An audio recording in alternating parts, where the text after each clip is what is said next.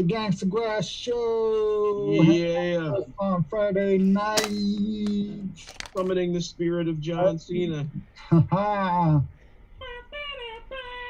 Yo. Where you at? Hanging out to come and chat with you guys. Welcome everybody to join the stream, join the chat, ask us some questions, tell us some comments, write us some love letters, whatever you're going to do. We will be happy to see you all here. And Gangstagrass hanging out, making it another week through 2020, and hanging tough like New Kids on the Block. Oh, all right. I'll take that. I would take that. Hanging tough in that very same manner. In the very same manner of New Kids on the Block. Okay. Much as New Kids on the Block would do. I mean, if we're gonna do it anyway. We have to do it the way that they would do it. Very nice. Oh God! Very nice.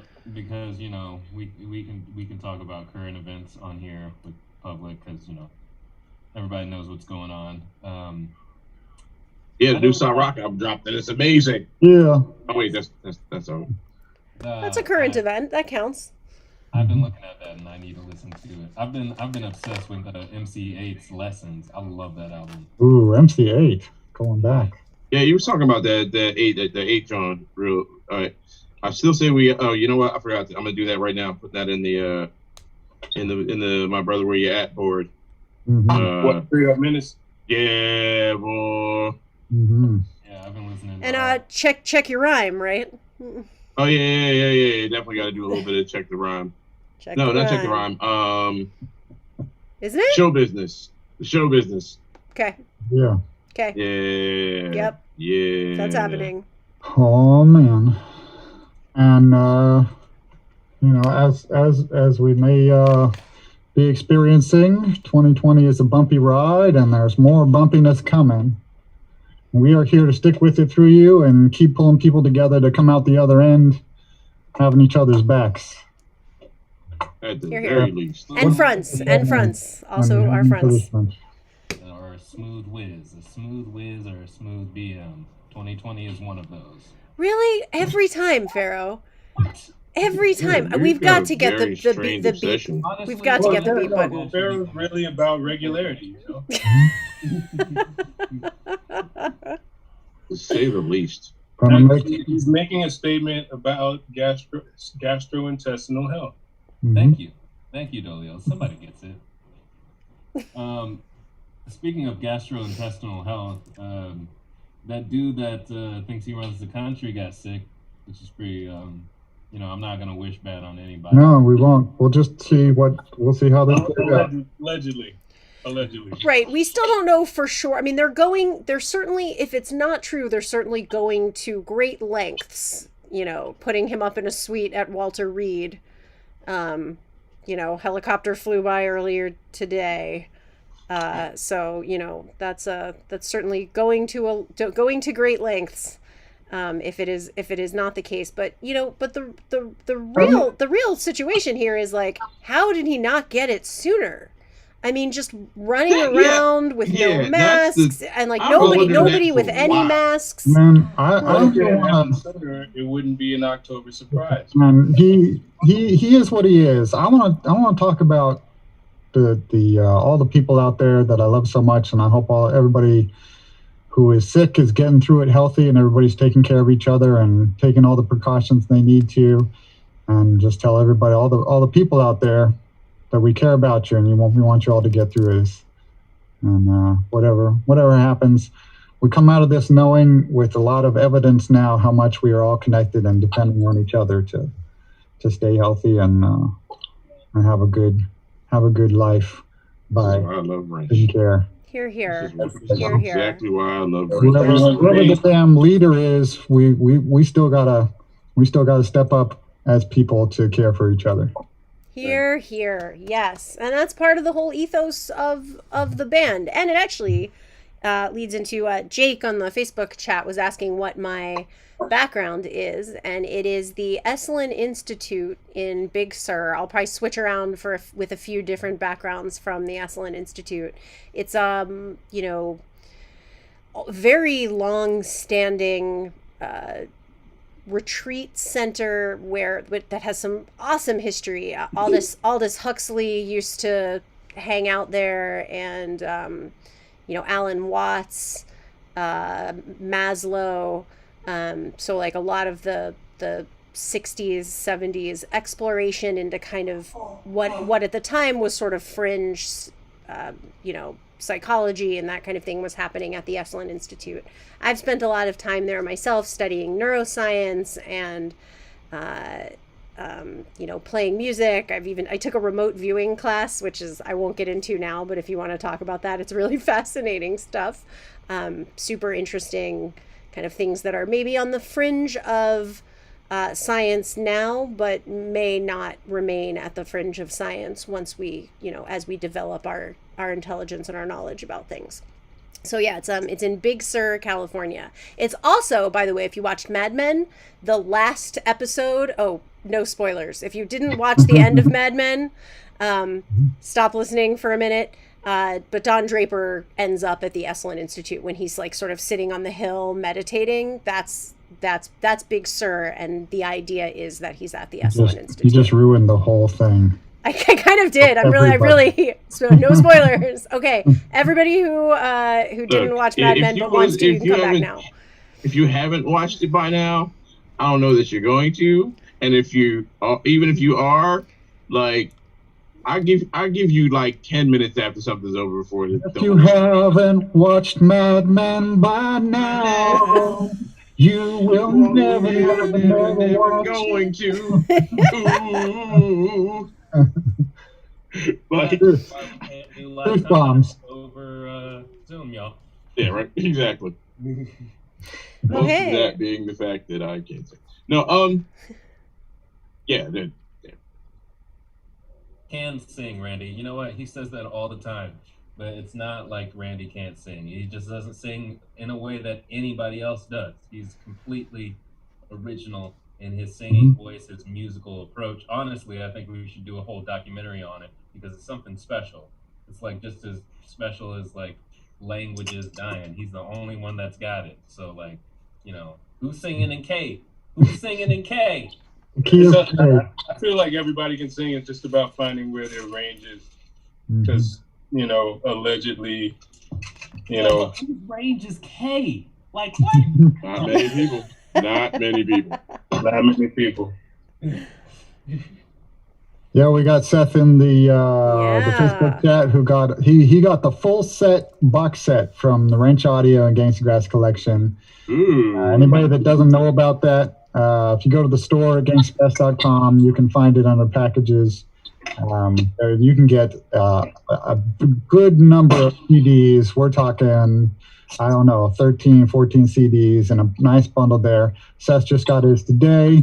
He's rocking the Mark and Dan Whitener CD that comes in it. He's got our son's CD now, and he is definitely feeling it. He's into it. And thank you for the support, Seth. People buying music from artists is still an awesome thing. Hear, hear. Yeah, the physical sales make all the difference. Not just from a money making perspective, but also specifically from a charting perspective. So if you're still into No Time for Enemies, buy a dozen or 2 copies for your friends. Spread the love. That's right. They make excellent stocking stuffers. Excellent stocking stuffer. Nobody really buys albums anymore, y'all. But in all honesty, it's like our fans buy albums. You guys buy albums, and that's beautiful. Like, nobody's listening to Katy Perry. Like, oh man, I gotta get that album. They're like, oh, I'm on Spotify. I got it. Yeah. You guys buy our albums, so we appreciate that.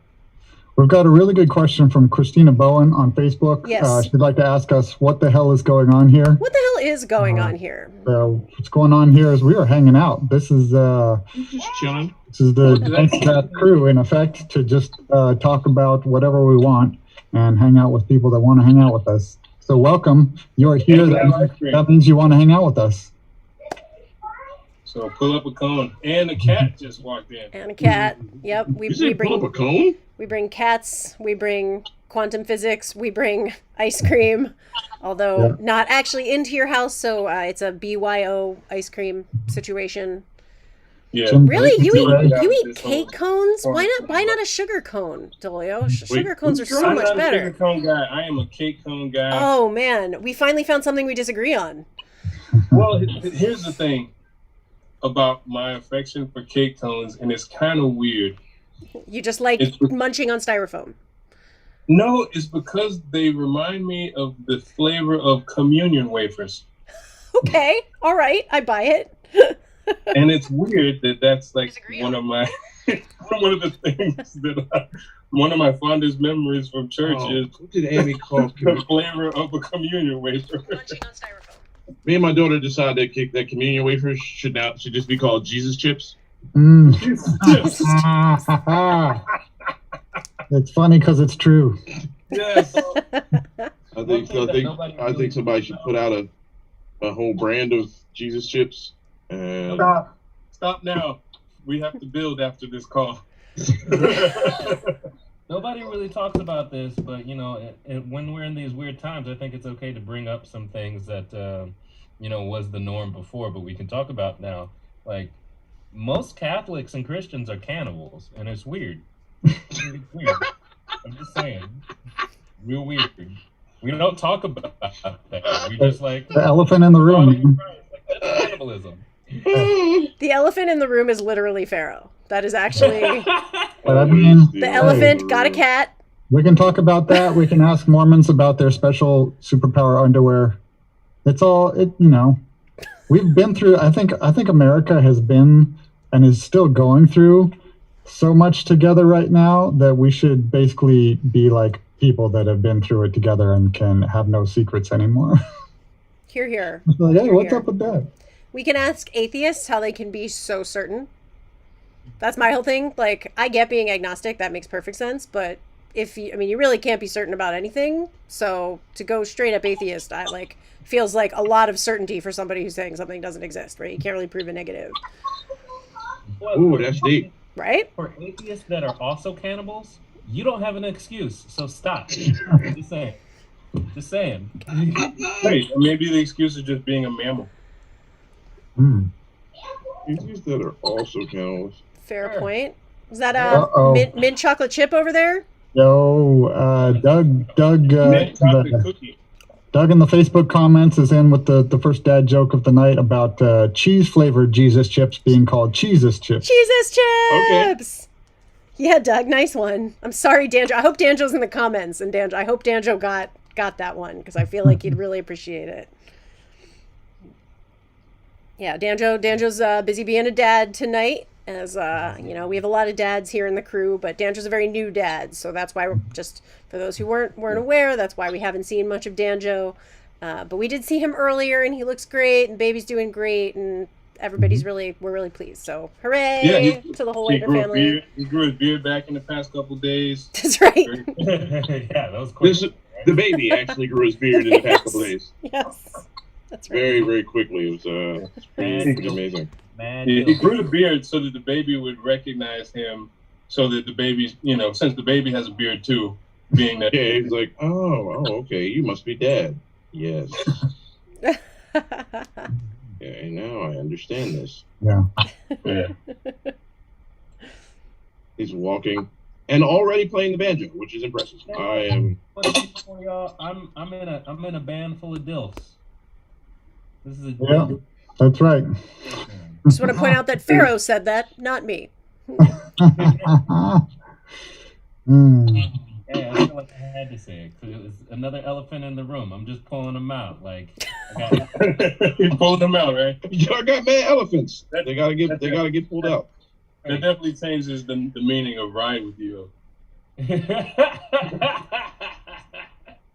Yo, can we come out with a remix? Yeah. By the way, in case anybody out there hasn't been watching the Ride With You video on our YouTube channel, check out Ride With You. It is climbing up. It's going to be trying to get it up to 1 million views, and it's getting closer, but we want you all to make sure you all have seen it. and just play it every now and then. Forward it to your friends because it's true. It's a little letter from us to you. Yeah. Yeah, what are we up to? Oh, we are. Oh, we're very close to 900,000 guys. We are at 887,629 views right now. We're so close. 833. So if anybody can just forward this to 100,000 of their friends, that would be really appreciated. Yes, please. Or if 100 of you could each forward it to 1,000 of your friends, that would also work. We like math. Mhm. I'm gonna go ahead and read some of the comments for the video. I cannot wait to introduce my squad to Gangstagrass. Thank you, Kizak. James Stillman out there, love it. This album is gonna be badass. That was before the album dropped. Right. Turned out it was badass. It is in fact extremely badass. Gary, 2 weeks ago we had SW Wilson 66 say it makes me think of old Reese's commercials. Yeah, I got rap in my bluegrass. You got bluegrass in my rap. Strange. That's actually how it happened. Hill right. Merkin literally just said Geralt the Witcher. Yep. Yeah. The Geralt the Witcher reference is bringing out a lot of fans there. A lot of people picking up on that. Yep. That's from Arson's verse. Yep. Yeah, a few things. Yep. To those making Witcher, what is that? Is that BioWare? Yeah, they're doing a new game. Yeah. Yo, there's a new game. There's a new X3 coming up. The game. Period. Like. Period. Just saying, BioWare. We're out here. We make video game music too. We mentioned your character. That would be proper compensation. We love you guys, but also like. Hey, we're ready to make some music for your new games. Yo, look us up. Let's do it. We'll do it. I'm down. We could make a theme song for Get the MacGuffin. I do voiceovers. Oh, yes. Yeah. Yep. Yeah. But yeah, our claims to fame in video games so far is some closing sequence on the latest Man of Medan game from Supermassive, where we had our version of Oh Death on that somewhere at the end of the game. Yeah, and then before that, being in the E3 trailer for Farming Simulator 2017. The people at Fish Center were big fans of that, as I recall. Yeah. Hey, it turns out Farming Simulator does have a lot of fans because they all came to our YouTube video of that track to be like, Farming Simulator sent me here. Yeah, they really did. They went real hard on that, which is outstanding. Like, really? Farming? Okay, dope. You know what? I got a question for the crowd because, we're a band of nerdy dilfs, and I'm sure there's nerdy dilfs and milfs out there, and also like unilfed people. What kind of nerdage do y'all get into out there? Like, most of our fans are pretty nerdy along with us. So, like, what kind of nerd are you? Leave it in the comments. I want to throw out there too that as an editor for a long time, I feel like there are distinctions to be drawn between nerdery and geekery. And generally speaking, nerdery is going to be your books, right? It's like all that stuff that's behind Pharaoh there. The sort of, nerdery would be getting into physics and things like that. Whereas geekery is more on the like comic books, movies side, right? That's what's behind our son. Yes, exactly. Now, not that each of those, Pharaoh has some geekery and our son for sure has plenty of nerdery. There you go. That's a little bit. That's kind of at the intersection of nerdery and geekery, right there. The jazz of physics. Yeah. We had a distinction between nerds and geeks. Please. Well, because you can be both. Yeah. Yeah. It's a Venn diagram. Right. So nerd typically implies extreme proficiency in something or a number of things, whereas geekery is more about the obsession of a certain thing.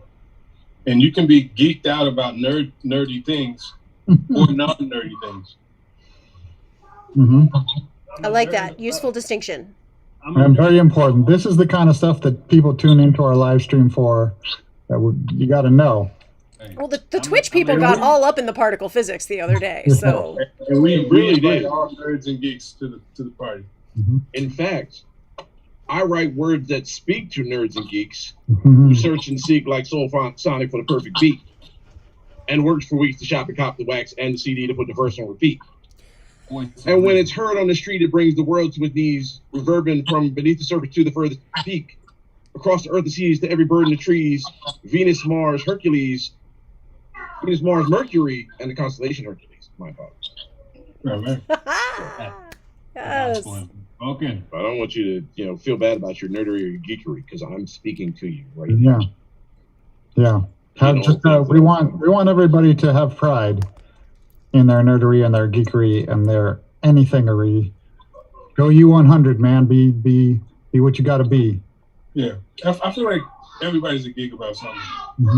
Speaking of going U100 and our dear friend Demeanor, Here.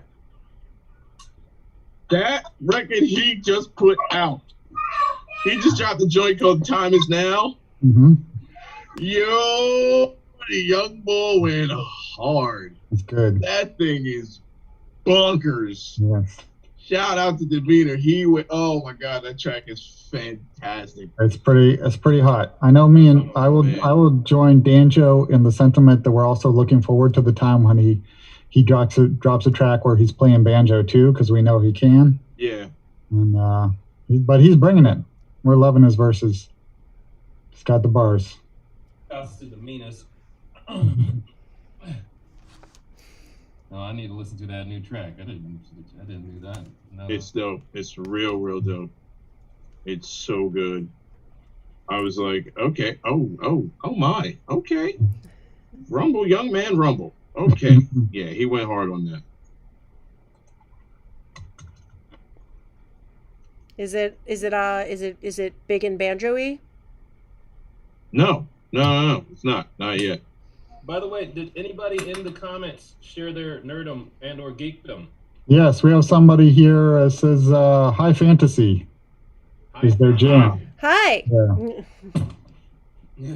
Yeah. Oh, HIGH? Yeah. Oh. So they get real high and no. Yeah, what's the difference between high fantasy and low fantasy? And I don't know, medium fantasy? King? That's a good one. We'll let the comic book shop Randy. From how I've ever heard it described, is it like high fantasy is like, it's not like, it's like completely other realms, Game of Thrones-y, Lord of Rings sort of stuff, whereas low fantasy is sort of like Lord of Rings, the occasional troll in your neighborhood kind of thing, sort of horror-y. High fantasy is like whole other worlds, that sort of thing. It's pretty. It's not the most distinct thing in the world. It's pretty simple. But when the people that are in it, man. Like, it's dope though. It's dope. Like I don't know if you guys have ever played any Dungeons and Dragons. I think we were putting together characters once at Wrench's house with his son. Oh yeah, that was fun. It was so much fun. Why don't we play it like a band D&D? Like, that would be so much fun. That would be actually a hilarious thing for a live stream. Can I tell you, I went to math camp for years. I've dated many people who were dungeon masters, not in the way that Farrah is now thinking of, but like actual D&D dungeon masters. I've been given the like intro version of advanced D&D. Here's how, and I have literally never once played. The closest I've gotten was making those characters in Wrench's kitchen. On the other side of M's comment, like, I know my knots really well, just saying. Catch me on my OnlyFans. We're going to get the foot cam again? Farrah came on to our business meeting and just, all we saw was his feet. We're not, you're right, Rand. I'm sorry, I shouldn't have started that. Yeah, my toes is pretty, y'all. Yeah. I ain't gonna deny it. No, you should definitely be making us pay for that. Definitely. No, you guys are getting that for free right now. That's because I love Gangstagrasses.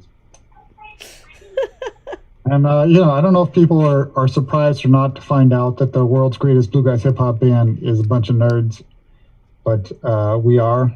It was certainly the case that the story when we first brought our son into the band. We got him in on a tour that we had a cancellation from our MC, and we met him the night of the first show in Philly, and he jumped on stage and freestyled the show, and then jumped in a van with us to come down to North Carolina. And so he's in a van with these bluegrass players that he met that night, and starts talking about Star Wars stuff, and I was like, this is going to be all right. Yeah, man. Like First time some Darth Vader joke was cracked, and I was like, okay, we're all in on this together. It's no problem. But really, Star Trek is where it's at. Lower Decks, right? Have you guys seen Lower Decks yet? I'm going to ask No, you I'm every not week started until it you yet. actually watch it. Mm-hmm. It is so funny. Mm-hmm. Oh, Yep. real quick. Oh, NK Jemison just got a shout out in the Twitch channel. She goes on our cruise, on the Joko cruise. what? Yeah. Oh yeah, she's cool. She's super cool. All right, I'm actually- going next year. I don't even care. Yeah. You had Jean Grey and Craig Jemison on the same joint, and nobody told me. And and Scalzi for our friend Oh, Pharaoh yeah. over there, and yeah. John Hodgman, and Yeah. last year we had Ken Jennings on the cruise. I heard sometimes Jonathan Colton goes on that cruise too. He shows up every now and then. It made me before something crazy happened.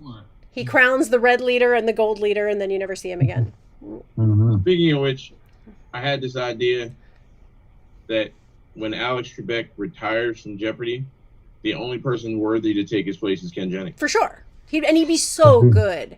Yeah. I hope he would be willing to do it. He'd be so good. Oh, Ken Jen.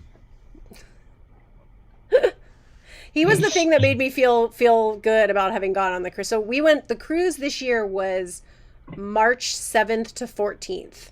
And if you remember your 2020 history, that's approximately when people were starting to realize that this virus was a very, very, very serious deal. Now, it turns out the White House knew this at the end of January. But for the rest of us, we were just starting to figure it out, having not actually been told and having to read the scientific papers ourselves that this was an issue. So we all got on this boat with like temperature checks and stuff. And we knew, because we were a bunch of nerds and geeks, we knew that temperature checks were meaningless because you could spread the virus asymptomatically.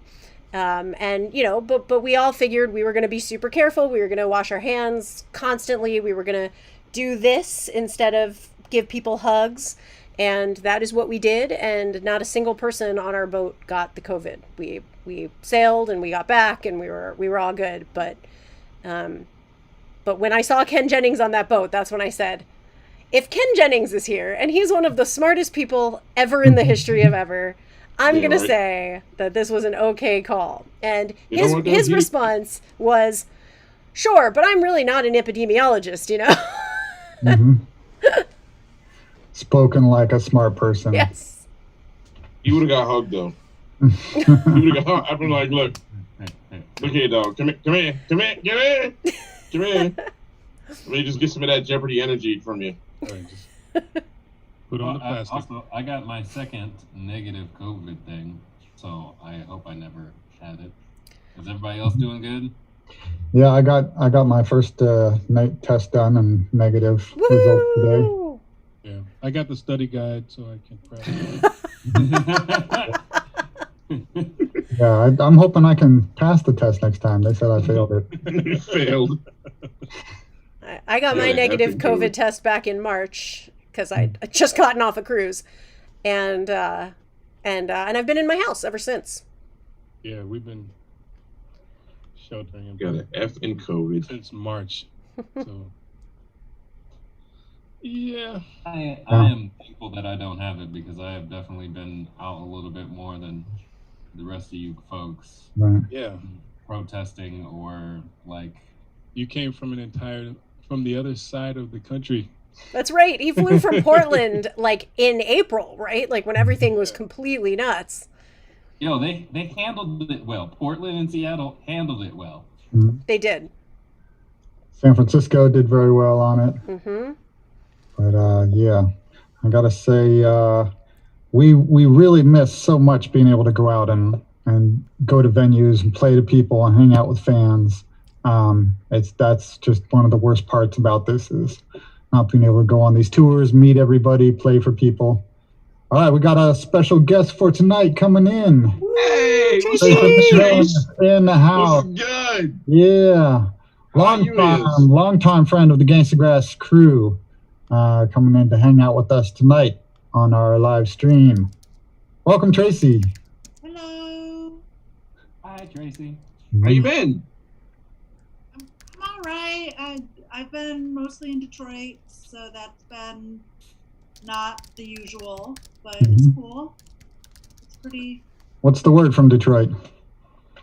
I mean, I just mostly don't see a lot of people, Mhm. and I have a boyfriend, and I have like 2 households I visit, and Yeah. then I go to parks. Yeah. Parks. Keep it tight. Keep it tight. 5 right now. That's. Thank you for doing that. Mhm. Yeah. There's other people that are just like hanging out outside in groups, just no mask, and like Just chilling. right. Just Totally. chilling hard, like doo. Mhm. When you walk by, they're like, "Hey, what's up?" It's like, Just speaking mad H words. Right. right. Hey, Hey, how you doing, homie? how are you doing? Are you healthy and happy? Mwah! Like, can you get the Mwah! Kiss your hell out cheek. of my face? Haven't seen you in a while. Come here, let me lick you. No. No, I never knew you like that. How are we doing this now? No. My breath Uh-uh. smell like COVID. No. I'm like, there's this promoter I know who's like outside the venue hanging out with folks. You know, from a distance. Hey, how you doing? He's like, "Hey!" And he comes and gives me a hug, and I just cry a little bit. Mhm. Ah! Like, bro, we wasn't hugging before. How is this? We wasn't on that level before. Suddenly, the whole world is getting sick from the same thing, and I need to be in your arms now? Like, no. That's not. You're doing the math wrong, my friend. That was my first hug with him. What was wrong? Apparently, he thinks we have herd mentality. Herd mentality. That's right. That's right. Herd mentality Hey, before will we get protect us anywhere- all as we Before run off the cliff. before we get anywhere, I don't know if anybody saw this when the new Supreme Court Justice nominee got announced. Did anybody watch the press conference? No. No, not yet. No The spoilers. No, I'm person- kidding. This person that is supposed to be judging our lives for the next 40 years or so pronounced the G in poignant. Oh yeah, I forgot. Poignant. That just shows she reads a She lot and said- doesn't talk to people much. She said poignant. I was like, May- hold on, let me run it. Hold on, let me run Are it you back, sure run it she wasn't talking about pregnant? Pregante. People have a lot of interesting Pergonant. pronunciations for Pregante. back. I was like, let me run this back. By the Let me run way- this back. Because By the there's no way. She has a brown child, and I just hope she knows about moisturizer. That's all I'm saying. Yeah. I, Couple of Haitian kids, as a matter of fact. Everybody And, you know, should. Everybody should have cocoa butter though, All right, and next- shea next butter. That's just a real. That's just real. I'm just mad that she said poignant, and nobody called her out on that. Nobody was like, excuse me, I have a question. Yeah, how you doing, Larry Jenkins, CNN. I want to go back to what you said. yeah. Do you know what a the fuck silent is G is? poignant? Do You know, civility and politeness is cool and all, but we are lacking in a little bit of some people being able to be like, wait, hold up. Excuse me. What the hell did you just say? Did Yeah, I don't know. It's just. you write that down? I hope you're not reading that, because if you're reading the speech and it says that, and None of this should be surprising. I'm sure you run into A like fish rots from the head. Yeah. So Tracy, you've walked into the middle of what Yeah. we do here on Friday nights. And being a journalist and author, I'm sure you may have spotted a lot of not such great grammar coming from certain administrations and whatnot. And coming from certain news organizations. Money quotes, actually. Yeah, Nice. a lot of scores. Yeah. So I invited Tracy to come on, and one reason was, we've been having a lot of good conversations about race and stuff. And one of the first special guests we had on was Randall Wyatt, who just this year started, just out of his own inspiration, a nonprofit called Taking Ownership PDX, because in his neighborhood, somehow a black neighborhood in Portland, which I don't think there's many of, but he was aware that a lot of people who were homeowners in the neighborhood would end up moving out because it was hard for them to keep up maintenance on the house. Things would fall into disrepair, and they wouldn't be able to afford or have the organization for just keeping it together, which would make it easier for people to show up and be like, hey, we'll give you some money for this house, and then flip it for twice as much than, a couple of years later, and just start the whole process of the neighborhood not having those people in it anymore, people not being able to stay in the homes that are part of their communities. So he started a nonprofit in which people donate, people volunteer, and add to a network that will bring in contractors, volunteers, and handy people to just go in and be like, what do you need to take care of your house and stay in it, so that you're good to go here and don't have to give it up. And I know that can kind of relate to some of the research on poverty and some research on race that Tracy's been doing. Might have some insight on the bigger picture on that. Yeah, sure. Just race. Tell us a little bit about what you've been thinking about. Sure. I work as an independent investigative journalist and author, and I've been covering welfare, low-wage work, poverty, race, class, and food since the late 90s, early 2000s. Mm-hmm. I believe Rush Limbaugh had very nice things to say about you on your last book. Sure. Yeah, that's one way to put it. Some sort of uppity, college-educated woman, I believe. Overeducated. Oh, yeah. Definitely too much education. Just for the record, I just have a BA, so I don't know who just thinks women shouldn't go to college, but that's really where we're at. So the first book I did, I worked undercover in 3 jobs in the food system. So I worked as a farm worker out in California. I worked at a Walmart outside of Detroit in the supermarket, and I worked in a Brooklyn Applebee's kitchen. And I used that narrative to tether a broader discussion of food and class in the U.S. and sort of trick people into reading about big structural things about the way that we structure food delivery and sort of production and all the big structural things that people never like to talk or read about because they can be kind of boring. So I gave story to that, and then obviously was talking about the people I was meeting and the places I was living and all that stuff. And one of the things that was really interesting about that project was that I had decided to do an undercover book mostly because I was independent and I could not get hired to save my life anywhere in the mid-aughts to cover poverty or report poverty, welfare, low-wage work, childcare, all the stuff that I thought was really important. There were very few jobs to do that. I couldn't get any of them, and there was no market for it as a freelancer. And so I was like, well, maybe if I do a book that does well, then people will hire me to write about the structural inequality stuff that I'm interested in. And the way to do that is to trick people into thinking that farm work and supermarket work and restaurant work, which we all take for granted, that it's interesting because I'm an educated white lady going and doing it. Even though, I worked in a big boy in high school and in restaurants and college, so it's not like that's super distant from what I do. It would have been very easy for me to be working at Walmart if I'd stayed in Michigan.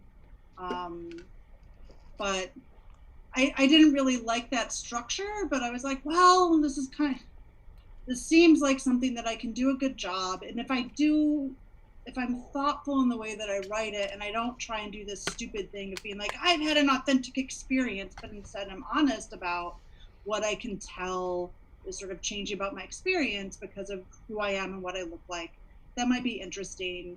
And also usually undercover work is always written by men, and so it gives a very specific kind of view of the world. So it's like, well, I'll go do that. And I was lucky that did well. And now what I'm doing for my second book grew out of that part of the thinking a bit, because I am measuring the cash value of whiteness using memoir, investigative journalism, and profile. So the deal is that I'm taking my family story going back 3 generations and looking at what policies we had access to, and sort of what that translated to financially in my life. So I come from sort of the edge of the working middle class. So not wealthy, certainly, like when you compare me to most people that work in media in New York, I'm more on the working class end of the spectrum, because that stuff changes, right, depending on geography. But that's the core of the narrative. But then I'll go and do interviews and profiles with 5 other white people from around the country, and use that to sort of look at different pieces of history and sort of how geography changes the way that the way that race and class intersect in those places. And the idea, right, is that I come up, so the book, when I sold it to publishers, it's called The White Bonus. And the idea is that for each primary subject, I come up with a number where I'm like, okay, here's roughly what I think you could argue you got for being white. And it's not going to be an algorithm or anything like, it's not hard social science, right? That's something that if the book does well, then serious people that know how to measure that stuff can do it. But, you know, it starts a conversation and gets people thinking, and in particular, right, gets white people thinking about like, racism isn't just like doing the wrong thing for people of color, it's also offering advantages to white people, right? Because I think white people tend to sort of gloss over that. We're like, oh yeah, we get stuff, but we don't actually have any concrete idea of what that is or where it came from. And so that's what I've been doing in Detroit, because I grew up in Michigan, so it's a lot of digging into property records. I believe you're from Holly, Michigan, somewhat rural Holly, Michigan. Yeah, it's yeah, it was rural when I was growing up. It's probably more exurbs now. Trying to think, I had this very strange experience, like in my 20s in Williamsburg and Brooklyn. So like several times I would go to like hipster events that were around film, like there's this rooftop film festival thing that would be happening. And I would go and there would be like, this happened twice, short films showing like fucked up, like poor white people culture that were featuring like places around where I grew up. Right, so I'm just like sitting there hanging out. I'm like, oh, there's the community center I used to volunteer at in high school. And everybody's like, ha ha ha, look at the very strange people who are trying to make dancing with your dog into an Olympic sport and have been conned into sort of some kind of training. Anyway, it's like being like from the rural Midwest when you're in your 20s in hipster Brooklyn is a very strange thing. So, but yeah, so I'm just doing a lot of digging into a lot of the specifics of my family history and how that intersects with policy and like all. I mean, I will say this, I knew, like, I was like, yeah, like being white's definitely helpful. Like, I know that. Having done research, I would say it is much more helpful than I was led to believe in very concrete ways. And that at least with my family, I don't know if this is going to be true for everybody, but in my family, like white supremacy is under every fucking rock and in every corner of everything I look into. So like, and not just like, oh, there were covenants on the houses that were owned in my family that then translate into wealth down the line. There's also stuff like there was a white supremacist terrorist secret organization that was kidnapping and flogging people and murdering them throughout the Midwest in the 30s. That was such a huge national story that it became a Hollywood movie starring Humphrey Bogart. And this is like very active in the town I was born in, Pontiac, which is like a GM town outside of Flint. And I had never heard of it. Like never, ever, I had never heard of it ever. It's called the Black Legion. It like one of its members was the developer for one of the houses that my family owned. Like this particular organization also, like there was a pastor that defended it publicly who eulogized one of my great grandfathers. Well, who's the pastor? Who's the pastor? H.H. Savage. H.H. Savage. Now that's a name. Yeah, I know, right? Which I mean, and it was like this very weird research moment because I was going into these archives at Wayne State, which is the public university in Detroit, and sort of like looking through old stuff about the Black Legion, day by day, and just sort of being like, oh, this and this. And then I went to visit one of my mom's friends up outside of Pontiac, and I was like, you know what? While I'm going through Pontiac, I should stop at the library there because they have the old Pontiac paper that's no longer published on microfilm, because I want to get the obituary for this great-grandfather who died in this terrible factory accident, right? So his death certificate is stuff like ruptured liver, fractured spine, crushed in machine, right? So like an industrial lathe caught when he was like between the parts, right? So it's this terrible accident. Actually, it's such a big deal. It was a news story. It wasn't just an obit. And it says he's going to be eulogized by this pastor, H.H. Savage. And because it's such a weird name, I was like, oh, that's dramatic, like whatever, blah, blah, blah. And the next day I go to the archives and I'm combing through there was like this lefty lawyer who was really on top of this organization. And so it's all these handwritten notes. And I just come across like some mention of H.H. Savage. I was like, wait, what? Like, right. And so I was like, oh, that's really interesting, because he wasn't a member. There was actually there was a grand jury in the county I grew up in, investigation into the Black Legion, where they identified publicly all of the, like, yeah, the Black Legion. Yeah, they're wearing Jolly Rogers. Mm-hmm. Well, at least they put on their masks. Sorry. But it's not over their mouths. Yeah. Come on now. Of course not. They got to hear themselves talk. Yeah. Please. One thing that I think is going to be interesting about this story is that I go back with Tracy. We met at NYU. There's a lot of rich kids at NYU. But Tracy was hustling.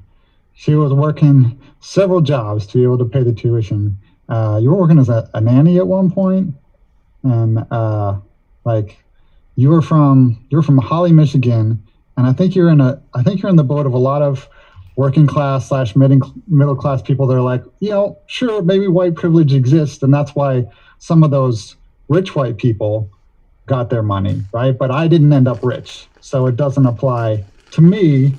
I'm against white supremacy, but it's not something that I'm tied in with. And what you're doing is turning over the rocks, even for somebody who people wouldn't be like, oh, that person got all these benefits because, you didn't end up on, basically in the elite. And you're finding even in that case, like the history is so full of examples of places where little advantages accrued. Yeah, that actually the covenants thing I think is really interesting too, and I think we've sort of touched on it on these chats before, but I'd really like it if you could explain to folks what you're talking about there. Yeah, so up until 1948, when a Supreme Court case outlawed the enforcement of them, it was extremely commonplace for housing developers to include a covenant in the deed to a house that prohibited certain groups of people from living there. Because I've now looked at a lot of them, they always prohibit Black people from living in or purchasing or leasing or being anywhere present, except on occasion as live-in servants or live-in help, right? Like some things will provide that you can have live-in folks, but they always prohibit Black people. And then sometimes they expand into other kinds of xenophobia, right? And prohibit Jewish people. That's a real commonplace thing to Let me tell you a story about a town called Levittown. Yes. Yeah. Levittown, Pennsylvania was built exactly that way. They were like, we're going to build all these new homes, and they were like 17,000 homes, and all of them had that very thing in the deed. Like, not only could like nobody move in there, but the people that bought the houses couldn't sell them to Black people and I don't know how long these things like it wouldn't surprise me if there was it's still a couple people that lived in like the original houses that got passed on to somebody that still had a deed that said that. Well, all of the deeds don't change, right? Like the original deed to the house is still the original deed to the house. So like you have to go to a property thing. But whatever, all of that housing still has a deed. It's just it's no longer legal or Right. enforceable. So people ignore it, but it's still technically in the deed. Whoa. Yeah. Well, because you can't blow up the original deed, right? Like you just amend it or whatever. So I mean, I have one set of grandparents that bought a house in the 60s. I think this is right. They had bought a house in the 60s, and it was a house that had been built before the covenants were illegal. And when they bought the house, there was an added provision on their new deed, right, that was transferring to them, saying that you could not enforce this first deed.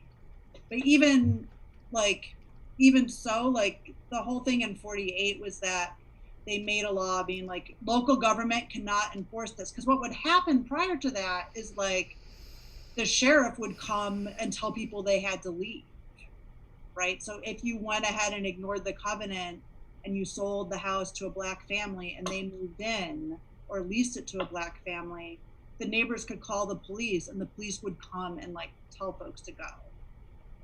So that got rid of in 48. The deeds are still there. But in any event, I mean, one thing that's really interesting, right, is that I think a lot of people say, oh, well, those covenants don't exist anymore and they can't really be enforced. It doesn't really matter. But like a lot of those neighborhoods stayed white for a very long time, right? Because you also had redlining, you had the development of the FHA and the whole the Homeownership Loan Corporation and the way that they sort of prohibited loans and would not insure loans for black families to buy houses.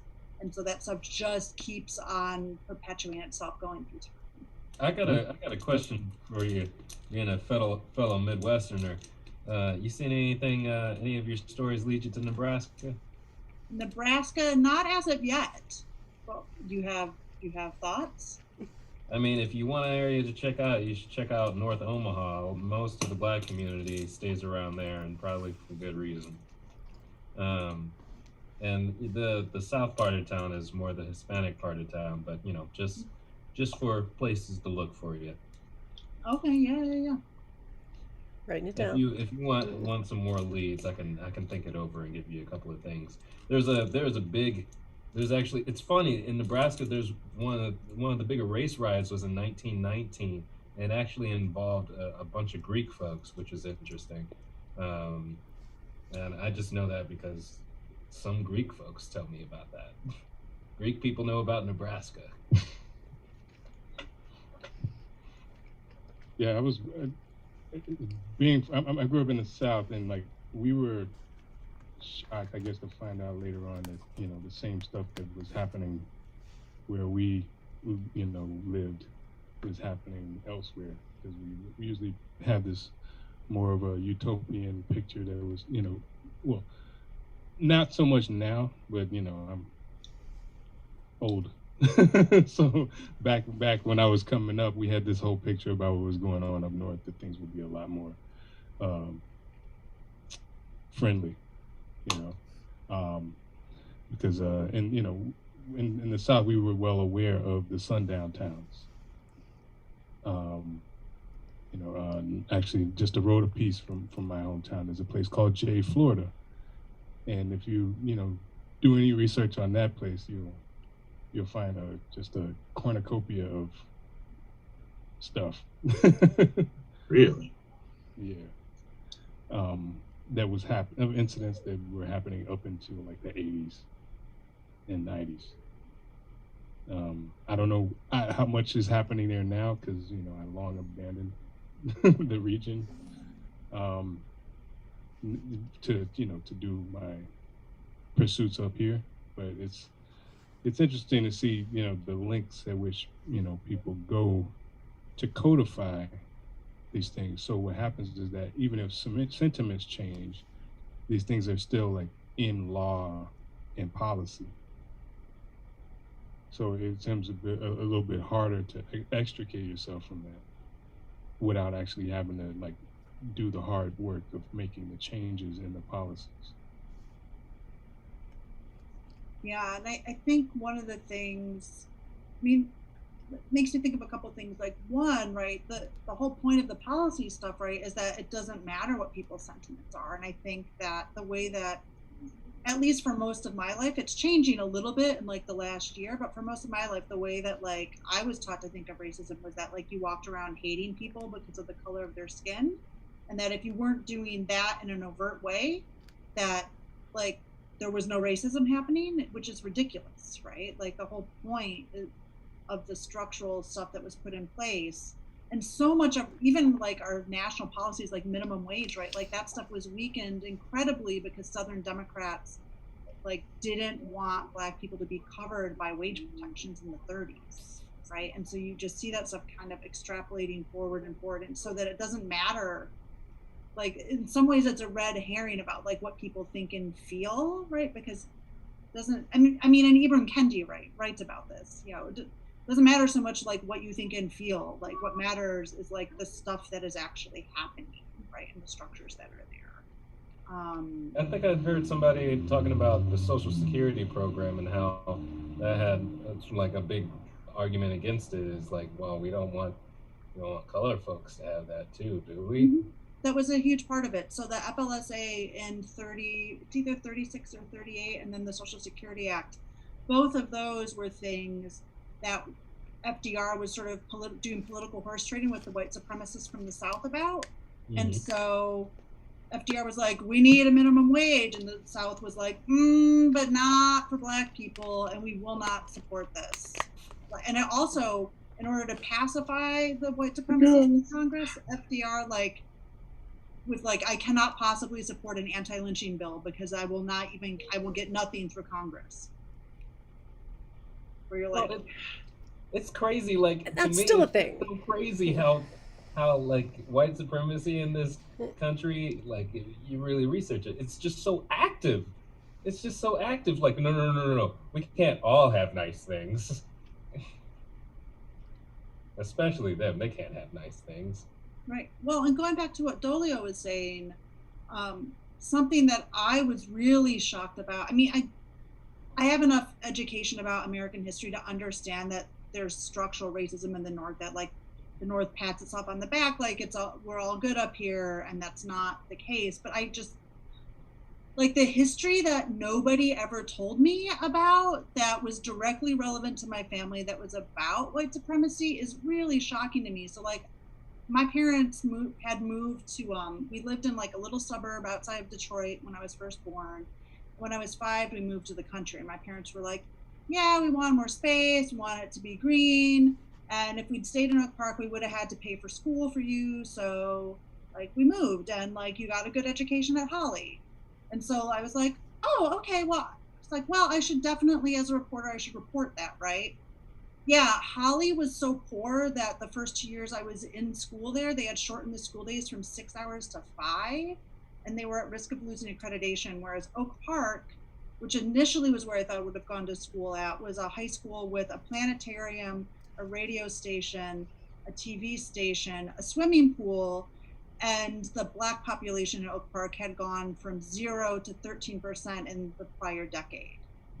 Right. So my parents were like, we got to get out of here. But then I figured out that the house that we lived in was part of the Ferndale School District. And it turns out that Ferndale in 1981, which was the year we moved, had just finally, after 13 years in and out of federal court, had finally desegregated their elementary schools.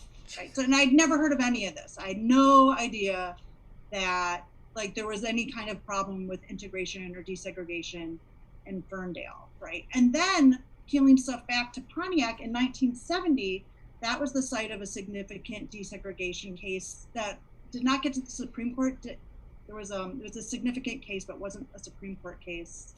I can't remember. I don't know the history perfectly, but I know that there was a desegregation battle happening in Pontiac, and the Klan blew up 6 school buses, empty, but blew up 6 buses to try to prevent the integration from happening. And this is, I mean, that's the city I was born in.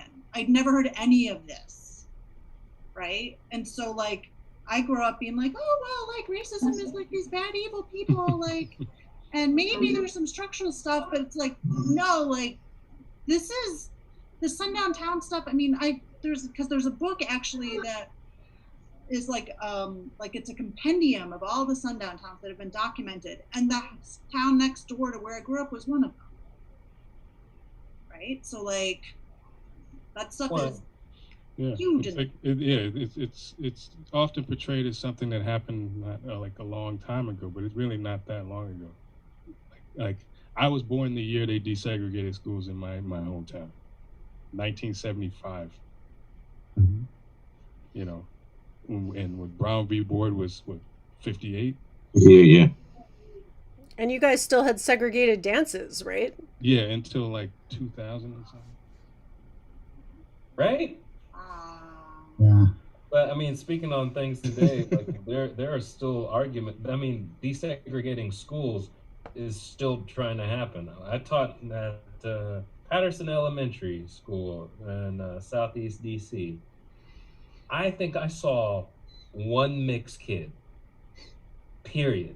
There were no kids of any other races. There was one mixed kid. That's it.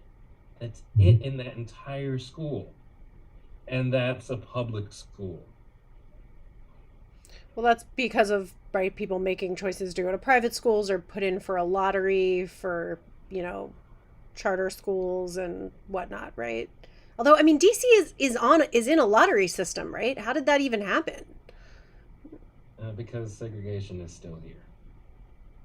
I mean, at least in cities, it's more apparent. It's harder in places where like for us, it was interesting because where I'm from, there's like 3 schools that you're gonna go to, so you notice that I didn't even realize that the dances were segregated until like after I graduated school. I come back and hang out with Hey, classmates. wait a minute. Yeah, I come back and hang out with classmates. And hear them talking about, no, homecoming dance. I haven't seen you since then. And I was like, wait a minute, I didn't see any of you guys at the homecoming dance. Oh, Wait a minute. Hold on a second here. Wait a minute.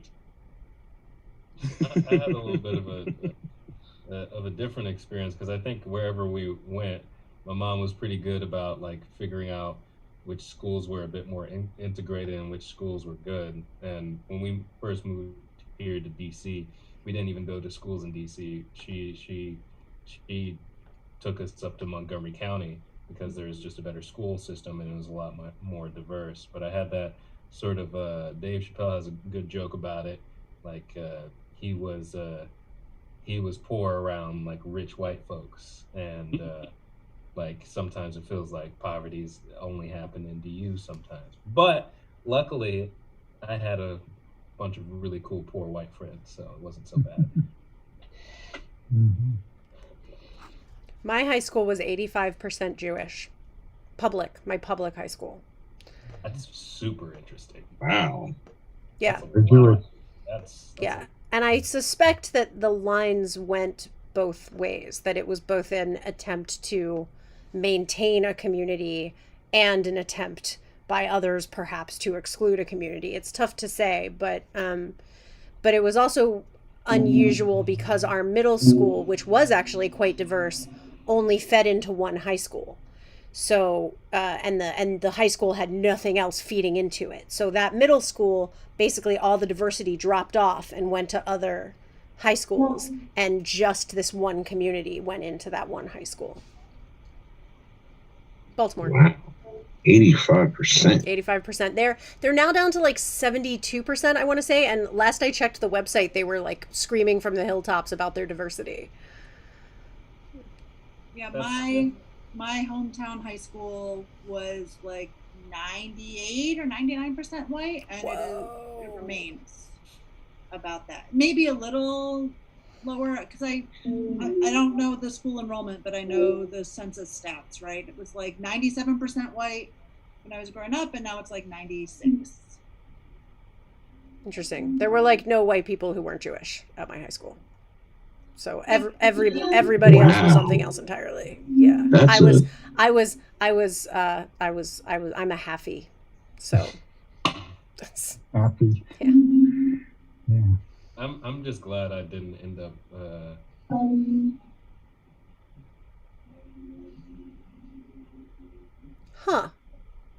He just lost audio. That's we're glad that didn't happen to you too, Pharaoh. But we don't know what you just said. Oh, There you go. Okay, yeah, we can hear you again. Hi. There were like 4 kids in elementary school that were black, like literally 4. And the I don't know what it was about the staff, but they would make us get in trouble a lot. It was weird. What are you doing over there breathing, Blackie? What? Excuse me? Right. Huh? I don't. got in trouble a lot for being a good kid. So Just over here breathing. I didn't know that was a thing I couldn't do. Cut it out. Yeah, and it was a pretty even mix in where I was. I mean, it's the South, so there wasn't much of a choice. But I think but there was still the tension because of, I guess they still weren't very. It wasn't too long ago that they were forced to deseg. But I'd like to think things are better now. But my hometown happens to be in Matt Gates's district. So there's that. It's definitely full on in Trump country. So they crashing. They sinking boats down there. Is that what you're saying? I mean, there's boats everywhere right now. Hurricane. But oh yeah, right. Sure. Goes on people's lawn. Yeah, it's kind of a touchy subject right now. It's Florida, though. Florida man has been sinking his own boat for a long time. Right, Yeah, you're right. Ongoing phenomenon. Yeah. Shout out to Florida man. how many gators does he have to wrestle? I'm recovering from Florida man. Yeah. So Tracy, what else are you uncovering in your research? Because this is good stuff. I mean, some of it's like really like these weird detailed things that I linked together, right? So, like I just figured out that because I mostly was like, I'm gonna look back to my grandparents and like stop there because that's around 1900. It's like, because part of the thinking for me was, I don't know that I was like, slavery is a huge foundational problem. And we don't even have to go back that far to show how this has been shaping everybody, like white people's opportunities, right? Like, it's true to, like, I also don't have the capacity to do a book that would do the whole span of like American history. So I was like, I'll just go back to 1900 to people that I knew were alive. And so I was like looking and I was like, oh, interesting. Like my mom's, like I figured out that my mom's grandpa had this house that had a covenant on it, and it was built by a member of the Black Legion. So like, okay, that's a thing that family had. And then I figured out that grandpa was, her grandpa died in 1971 and left his house to my grandfather and my grandfather's sister, to his 2 kids, and said they had to split it equal. And they held on to it for 3 years until June of 1974, when they sold it for what today would be about 210 grand. Wow. And had to split that down the middle. And then 3 months later, my Ford auto worker grandfather hosted my mother's very extravagant wedding. That was, at a lakeside church and had really fancy bridesmaid dresses and cake and all this stuff, and like matching tuxes for the fathers of the couple, and like a honeymoon in Spain, which had only become possible for like middle class people to afford like 3 years before. I was like, oh, right. Because it's not just like we had a nicer house because my other grandpa gave us a down payment, but like all the nice shit that my mom got for having a nice wedding, all this idea of like the kind of lifestyle that I should be able to aspire to and what I'm entitled to, which is like gowns and bridesmaids and like all this stuff that actually means nothing to me at this point. Like it's never been a thing for me, but like this idea, right, that was only possible because of white supremacy, right? So it's not just like money, it's just like the whole cultural middle class experience like was really just built on top of this, right? Which you sort of know in the abstract, but it's a different thing to sort of see it and be like, oh, right, Ford didn't pay that well, right? Like they got a chunk of money because great grandpa died, and then they spent it on my mom, who was like their firstborn and that they completely adored, and they were just like, we'll just like shit out all this money on this fancy stuff. And like, and then there's like this other stuff, right, where like there's like history of the Black Legion. There be an illustration in your book of somebody shitting out money. Like a human ATM. Like little. somebody from the Black Legion shitting out money. Most of those people didn't have that much money. They were just really, really, really, really racist. I mean, really. Still true today in a lot of cases. Yeah. Right. Well, the thing is, it's sad because it's really just a ploy because they don't realize they're being manipulated too. Yes. As long as they feel like there's this one thing that they have as an asset that is their whiteness, which really doesn't amount to a lot.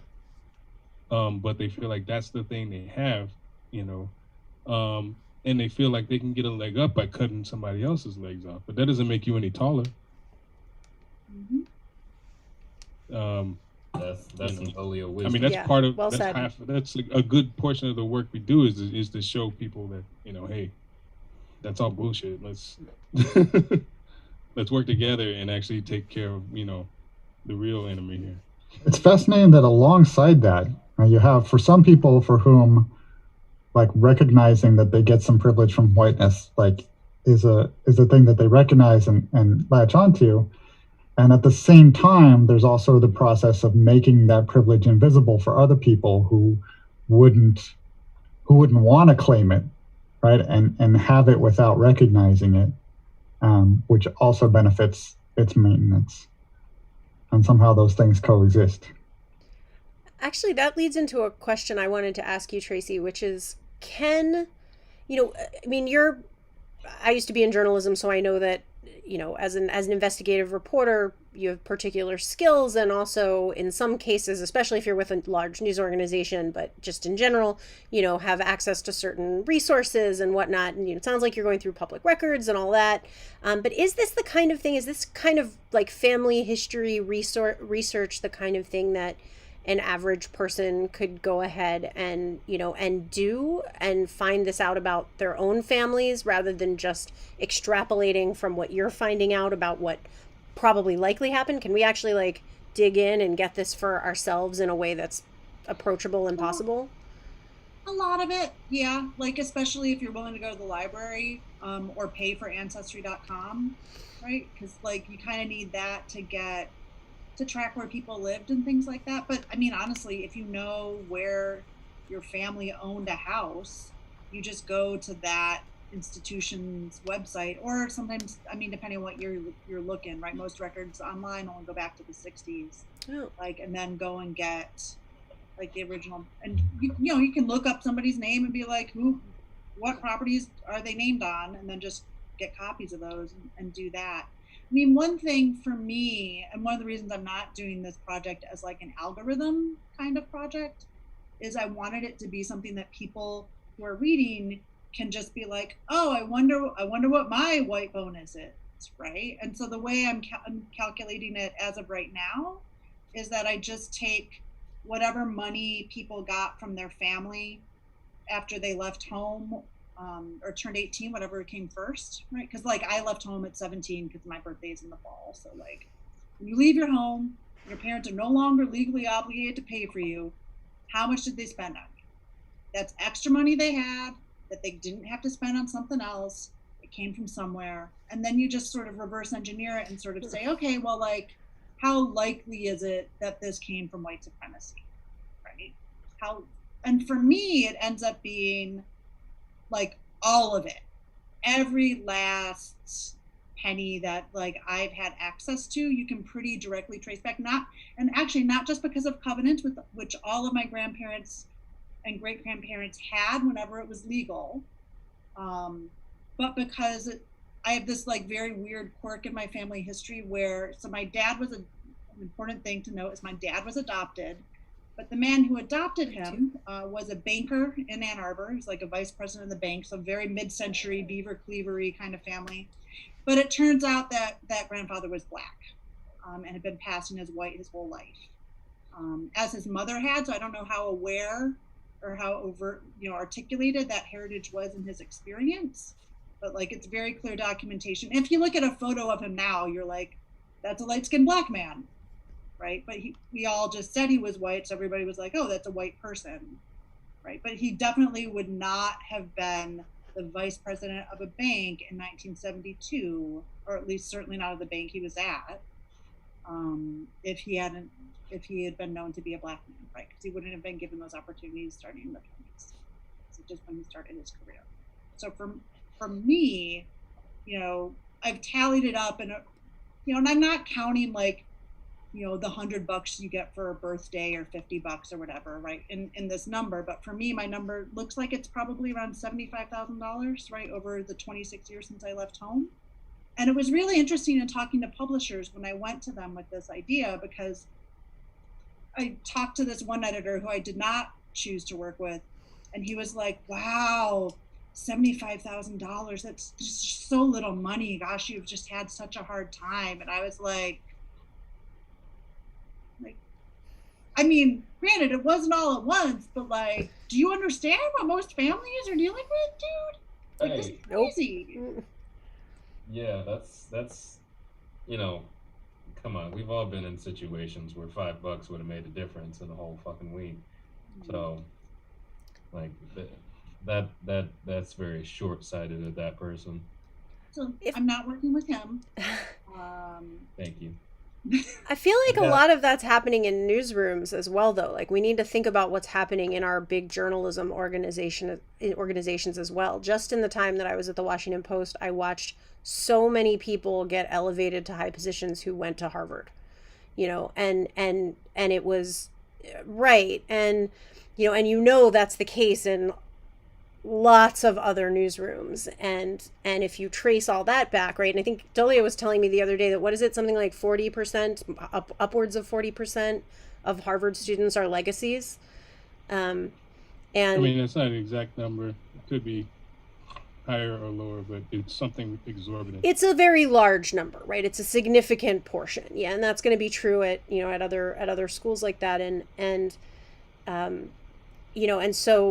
so when we think about our newsrooms, we have to recognize, thank you, we have to recognize that some significant portion of the people in those newsrooms are also like this publisher that Tracy's talking about. Like, well, gee, I mean, $75,000 is just such a tiny amount of money. Why are we even talking about that? It's a really important point. I just had another story about someone who was seen to be white that I came across. This guy named John Pulsaway, he's in St. Louis. He's a musician. He's like a Cantillion band leader, and everybody thinks he's white. Everybody thinks he's white, and he has I think a woman of color for a girlfriend, and he kind of has connections to the colored community, but for all intents and purposes, he displays as white, so he's able to keep these connections and play music out in these certain venues. But it comes out later. I think it's after his death, or I forget when it comes out, that he had a second family that was white, like on the outskirts of town, which brought into like this whole like, wait, is he actually white? They start to actually question whether he is white or not after that. It just brings a lot of things into question. And honestly, I'm really curious about how that affected his bottom line. If he did, I need to remember the story right. If they researched this or found this out after he died, or if this was during his life. But there wasn't much after that story. There wasn't much that I could find about him. So I'm sure he either died or he didn't have a lot of business after that. I want to know more about this Black region. I want to know, was the Klan just not enough for them? And they were like, nah, man. Well, you have to realize the Klan itself was not one unified organization. It's a bunch of different groups that kind of like united under a single banner at some point in time. And usually a lot of times they set trip just like gangs. I mean, they are gangs, but they're not. But were they so extraordinarily black? Like different from like had they heard about the Klan? They were like, no, these guys are not going nearly far enough. Yes. We want to go so far that we're not even going to use whiteness. You know what? I think I got this just from looking at it. I can guess what happened. They were like, you know what? Fuck black people also, but pirates are awesome, right? So we should do a whole thing about that. The Black Legion. And they got it. They got it like right on the head. Like, I'm not sure. Tracy, can you tell us about them? Well, the interestingly enough, with the pirate idea, one of the like it got outed in Detroit in '36 because they killed a WPA worker, and like one of the guys involved in that murder was a peg leg. Oh no, it's Well, real. It's real. Apparently, they actually used to be part of the Klan. It was some kind of offshoot where they wanted. So they're, I mean, Dolio's right. Like the Klan was like not like a super like top-down hyper-organized organization certainly not at the time. And then the Black Legion was like some kind of an offshoot thing. It started in Lima, Ohio, and it was mostly all through the Midwest. And the thing about them was that they were secret, right? So they were much more secret than the Klan. Like nobody technically knew they existed. There were no public events, even at night or things like that, to intimidate people. They would just go and fuck with people, as in, like, I mean, kidnap, murder, flog, burn down your house, so on and so forth. And they infiltrated a lot of local government. So, like in Pontiac, like the chief of police was outed as a member. A bunch of like other city officials, a lot of plant security, right? So like there's some reporting around industrialists like Ford, and GM and like those companies sort of in some ways supporting the Black Legion to seed discord, right, in the ranks at factories so that they couldn't unionize and be as strong, right? Because there was a lot, like from the 20s through the 50s, right, there was a lot of difficulty getting unions, particularly because of the racism of the whites in the factories, right, to come together. So that was a big thing. I think what else? I mean, they were not just against black people. They were also against communists, Catholics, immigrants, Jews, non-traditional Protestants. Yeah, just anything, really anybody they just felt like was not who they liked. The queers. Probably. Is the Black Legion still around today, or have you seen its tendrils through like the children of the Black Legion that was, and how maybe they might be involved with white supremacist organizations today? Well, unless somebody has resurrected it, in the 30s, government was pretty intense about eradicating it.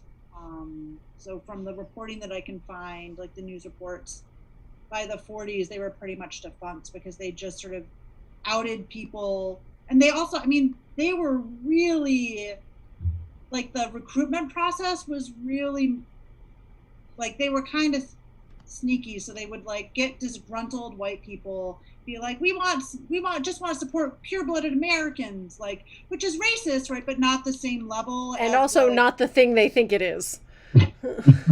Right, it's true. So like, they would be like, come to this meeting, and you'd go to the meeting, and it would be like a bunch of like low level, like pure-blooded Americans, all for us, and you'd be like, sign up. You'd be like, all right. They'd be like, all right, now we go do the oath, and they would like take you into the woods, and you'd show up, and there'd be these dudes in the hoods, and then they would give you this oath that was like 4, 5, 6 paragraphs long, and it's got stuff like, and I take from you this half of the bullet, and I know that if I breathe a word of this, as I commit my life, my limb, my brain, my heart, my soul, and all family members that I have to this cause, I know that if I breathe a word of this, that I will meet the other half of this bullet in my head. I mean, it's like really insane. So a lot of people would sort of show up for like white supremacy light and then end up in this other thing. And so there's a lot of reporting at the time of people being like, I went to the meeting, and then, I mean, I don't know how much of this is a cover, right? But they would be like, I went to the meeting and I tried to like not do stuff with them, and they were like, I couldn't get out of this, right? Like this sort of intense game thing. So that I haven't dug into it, because unfortunately for my reporting, none of my family members were actually in the Legion so far as I can tell. And so like I haven't delved into like the specifics. But the Humphrey Bogart movie actually, so far as I can tell, is fairly accurate to the historical record in terms of what that stuff was like. What's that movie called? The Black Legion. Oh, $2.99. Uh-huh. No, if you Gosh, do, they were if huge. you do find like some folks around where you live that are like too into pirates for being in the middle of the country, you should look into them. Yeah, there's a lot of pirate peg legs. Always be suspicious of the peg leg. 100%. That's kind of ableist, don't you think? Yeah, that is. I'm showing my age. I'm 76, so like right up there with you, Dolio. But if they have a peg leg and they have a parrot, maybe they're okay. But without a parrot, I don't know. And if they do have a parrot and that parrot says some racist shit, then you definitely know. Yeah, and definitely if they have the big pointy hood on, black or white, that's a Never trust a parrot with a pointy hood on. Right. So we got fans from a lot of perspectives here, and just to put this out there for some people that might take certain perspectives here. Tracy, what has been illuminated in your research about that might be shared with someone who says, I didn't get anything. My family is totally poor. I didn't have any advantages, so I don't have white privilege. I would say that sounds like you don't have class privilege, and that's different than white privilege. Because there's also, I mean, what I like about this project is I'm structuring it as looking at the money part, because I think that's important, and that in some way, and I think that that's important. I would say that, I've been focused the last 6 months or so on like this history stuff, and I'm just starting to move into like the actual period when I'm alive.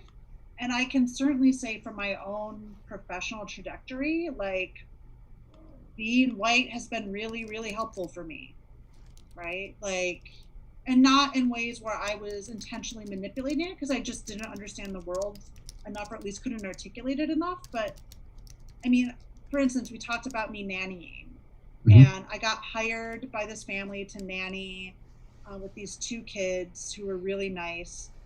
I mean, the family was really nice. They had like these 2 girls, and it was like the sweetest nannying gig ever. So it's like this really nice liberal family. They have like a 5,000 square foot loft in Soho, and my job is to show up 4 nights a week in like starting in 1995, and get paid $50 a night for 3 hours of work. And my work is show up, ask the kids if they need help. They probably don't. Eat dinner with them, do my homework, and leave. Right? And for me, putting myself through school, this was like a godsend. In addition to the fact that they were like super loving and like semi-adopted me, and like I was on the outs with my family, so that was like really helpful for me. And so there's this like, I have this like super sweet job, right? And like a few months into the job, I'm there, and most nannying jobs are not like this, because I'd had other nannying and other tutoring jobs, and they're usually really terrible. And I'm like helping the mom make dinner, and she was like, "Oh, Tracy, yeah, well, I know this is kind of weird because you don't really have to work when you show up, and it's just my kids are never going to have to work, and they need to know somehow that people do." Right? So that was my job, was to show up and do that. And then when I was thinking about it later, I was like, right, but what she really meant was they need to see white people working, because they already have people who aren't white who work in the house, right? Like I couldn't have modeled that for her kids if I hadn't been white, right? So I totally got hired because I'm white. Like that's all there is to it with that, right? And then in terms of becoming a journalist, I'd been interested in it, and I'm good at writing, and I'm good at paying attention to stuff and things like that. But I had no idea how to network at all. And this family that I was working for was incredibly well connected, and so they just kept like asking me for my resume, and I was like, no, it's fine, I'll find my own job, until finally they were like, you have to give us your resume, like that's how this works, right? And so they took my resume and they gave it to the publisher at the Village Voice, who handed it to their intern person, who handed it to the best reporting job at the Voice, which was working for Wayne Barrett, which is how I became an investigative reporter, right? And so like, and then Wayne was incredibly instrumental to me continuing in journalism and like doing all this work and becoming involved in investigative work. And Wayne, I will say, had incredible racial politics. I mean, he was involved with like Black liberation community stuff in Brownsville in the 60s and 70s. White guy, but like he took this very paternalistic interest in me, right? And it's hard to separate that from the fact that I could have been his daughter, right? Like I'm just like this scrappy, like white working class kid, like putting herself through school, and like being able to perform that for white people who have power is incredibly useful in the professional kind of networking, because I didn't have networking skills, I didn't have legacy admissions, but I could draw on being sort of somebody's stand-in niece or daughter, right? Or, right, if we're going to get darker about it, like a potential conquest, right? Like, because I am this person that they see as part of their community, and all the people, most of the people with power, right, have the same skin that I do. Not all of them, but like, there's no way for me to separate my personal trajectory away out of white privilege, right? I would not be where I am now if I had been a different color, and certainly not, I mean, given the history in this country, certainly not if I'd been a black. That's just not possible. It doesn't mean a person who's not white couldn't get to a similar place as me, but if I'm going, I mean, if we had a society that wasn't racist, right, it would be possible for me to like look back through my history and be like, this would have all been pretty much the same, whatever color my skin was. And that's just not true. And I think that for most white people, like there are going to be instances where we can go back and we can see that that gave us a leg up. If you do the research, but for like, it's easy for it to be invisible if you haven't researched this stuff. For sure.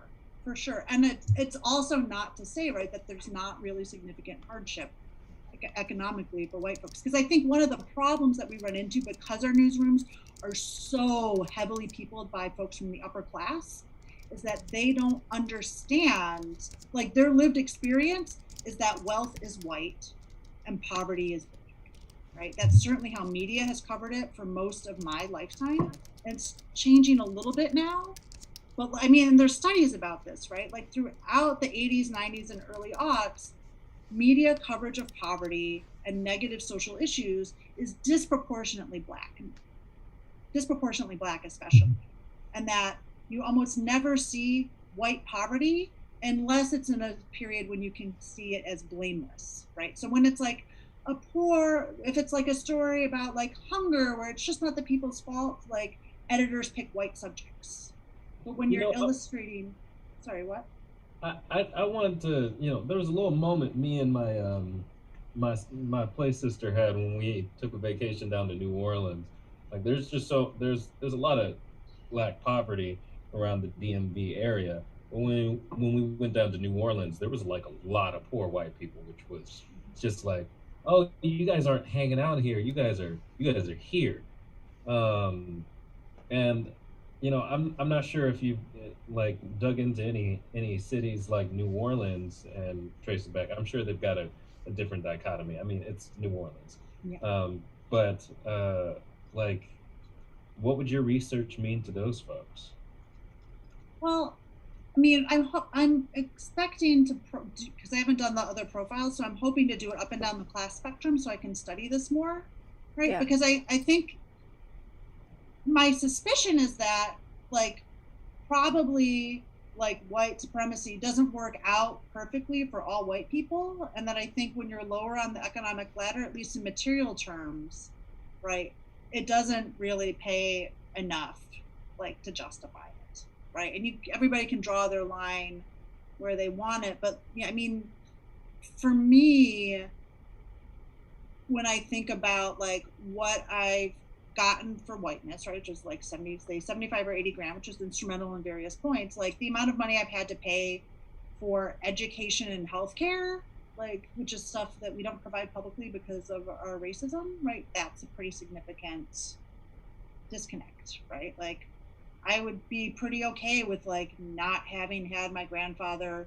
give me a few grand a year for college if college was cheaper, right? Like that sort of thing. But I think for really poor white people, the only thing left there probably is any kind of psychological thing that they're holding on to, right? Like what Dolio was talking about. And there's a lot of really good research about that, but it doesn't, I mean, the thing is that racial capitalism doesn't pay off for all white people. It just means that it works better for white people, right? But this country doesn't do a very good job talking about class. And so we like white people tend to just sort of like, we don't do a good job of talking about race or class, but we kind of we've ignored class up until the last decade, more or less. Yeah. You're telling me. I've definitely seen the change in language, not only in like my schooling, but man, just I had such a shit education. I mean, on the low end of it. High school was all right, I guess. Oh, there was a bunch of thumbs up, by the way, that just happened over whatever we just said. Mhm. Well, the Facebook chat is usually the Facebook feed is usually a little behind, so not Who knows? sure. We'll have to go back and look and see exactly what it was. It might have been Whatever it was, yeah. you know, we just follow the focus groups. So That's right. we're gonna find that word and just say it as much as we can in the over next and group over chat. again. Someone was just mentioning. I think it was about the New Orleans comment. Wendy saying, "My daughter lives in New Orleans and it's very complicated and all kinds of poor folks." Katrina, and its aftermath has changed a lot of the economy and the demographics. That's true. Yeah. I mean, it's interesting, right? Because I covered poverty in New York City for about 5 years in the early aughts. And there, because of the specific things about New York, like poverty is incredibly racialized. I mean, especially folks using services. So like the shelters and the welfare rolls are like 95% black and brown. And I think that for like the folks at the Times, right, most of whom come out of the upper class and like all that they see is poverty in New York City, right? They have this disconnect about like not being able to really conceive of poverty as a white thing because they never experience it that way and they never see it in their daily life. And I remember having this like weird experience because when I first got to New York, right, I was used to being in an all white space and I had to adjust to that. And then after a while, coming back to Michigan, I just remember I would sort of startle and be like, oh, that's like a Brooke white person. Like I haven't, right, that happens. That happens. Like when you leave New York, that happens a good amount. But you forget it if you're in these cities where the specifics of each place, right, sort of shifted and sort of stratified more. New York is just such a weird spot because it's so stratified. Mm-hmm. And then so much of our media comes out of there. Yeah, and I suppose the way these geographic clusters of these dynamics happen differently, you know, gives us this disconnect where we don't see just how much there's poor black folks and poor white folks. They're in different parts of the country, but they really share a lot of common goals and a lot of common problems and common solutions that they could fight for together that they don't because they're given these images of either seeing themselves as ignored broke white people because the poor black people in the cities are getting all this attention, or they're in the city not recognizing that poor white people exist and not having this chance to say like, whoa, you're going through this too and we should fight for this together. I mean, that's what kind of got me drawn to this type of things because I grew up in the South around poor people of every, of what was majority just, black and white because where we were. But it's, you know that they're poor white people because you're right next to them. But you still have to deal with the attitudes of and practices of white supremacy, mostly because there's some misguided idea that there's still some sort of hierarchy, despite that, hey, you're in this hole with me too.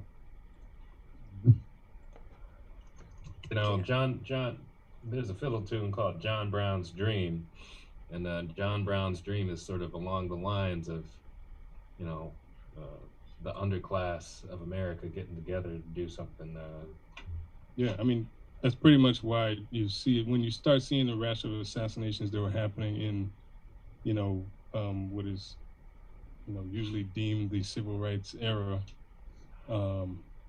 It was the assassinations never happened because they were seeking justice for Black people. It was because they were trying to unify the poor and working classes of all races. And once you start to, take those distinctions away and remove those divisions, then they're like, okay, he's getting too dangerous, let's kill him. Interesting. Go ahead, Pharaoh. I was going to ask a question from the comments that is a little bit subject changey, so go for it.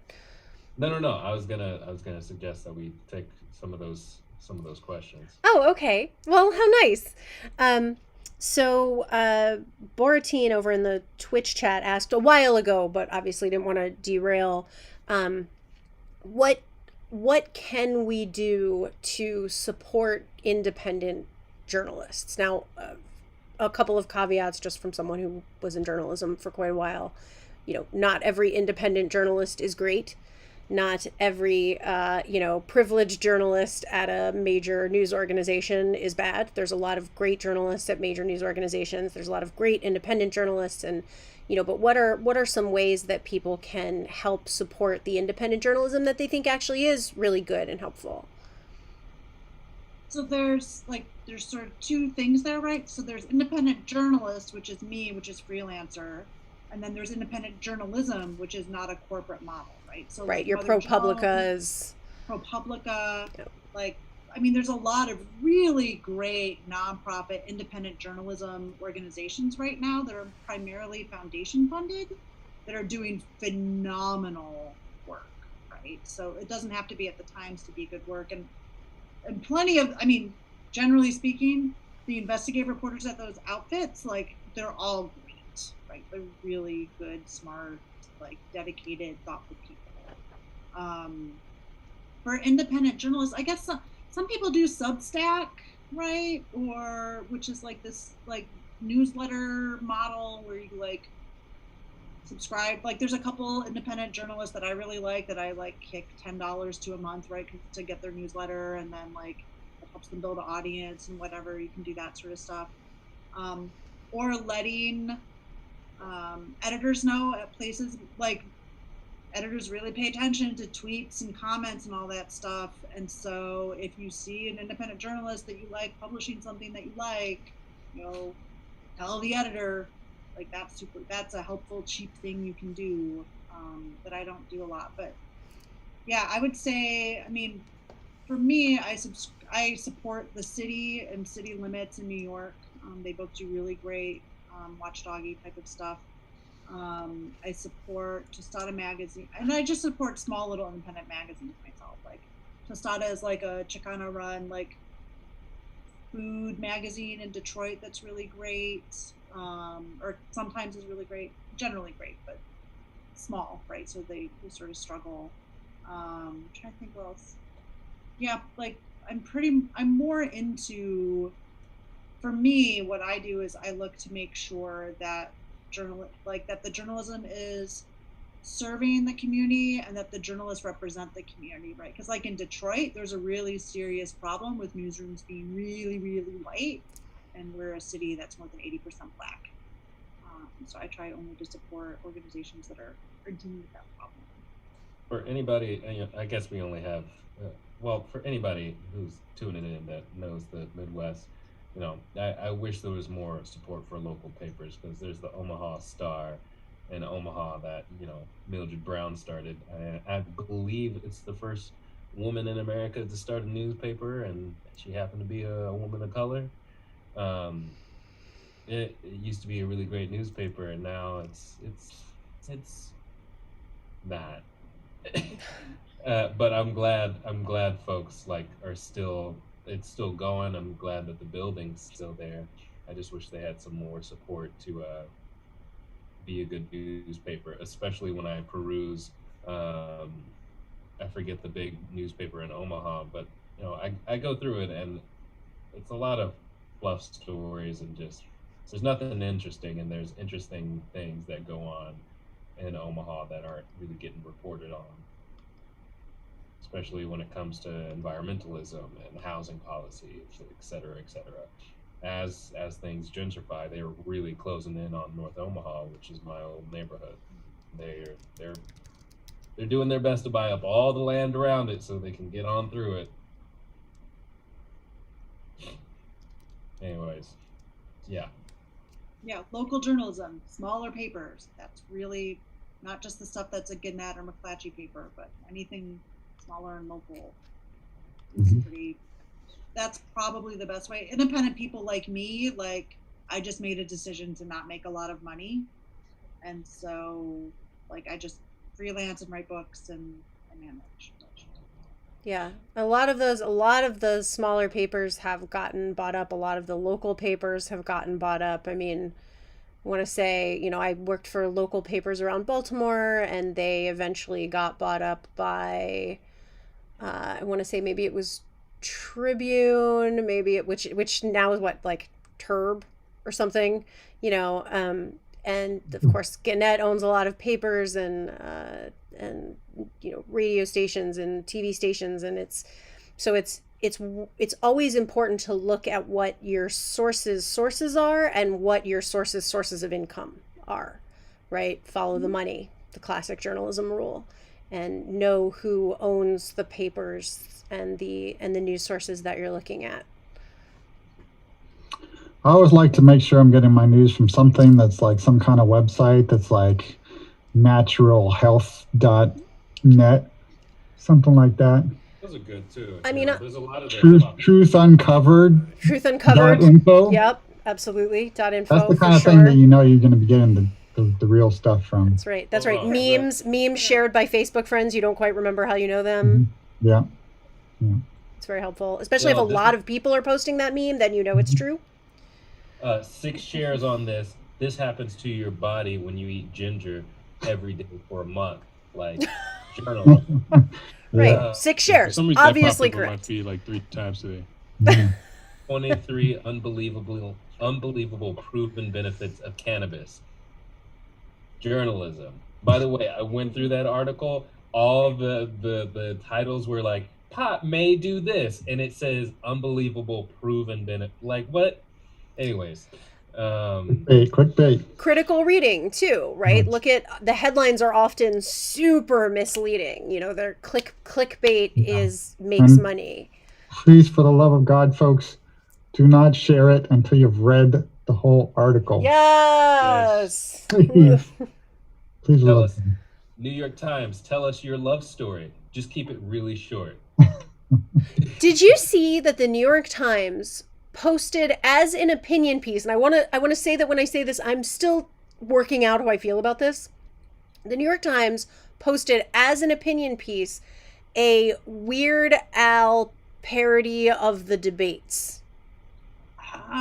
Was it an op doc, perhaps? It was listed what I saw was like, it was labeled as opinion article or opinions or whatever. Watch that, because it is like hilarious. Hilarious. It's really good. It's really good.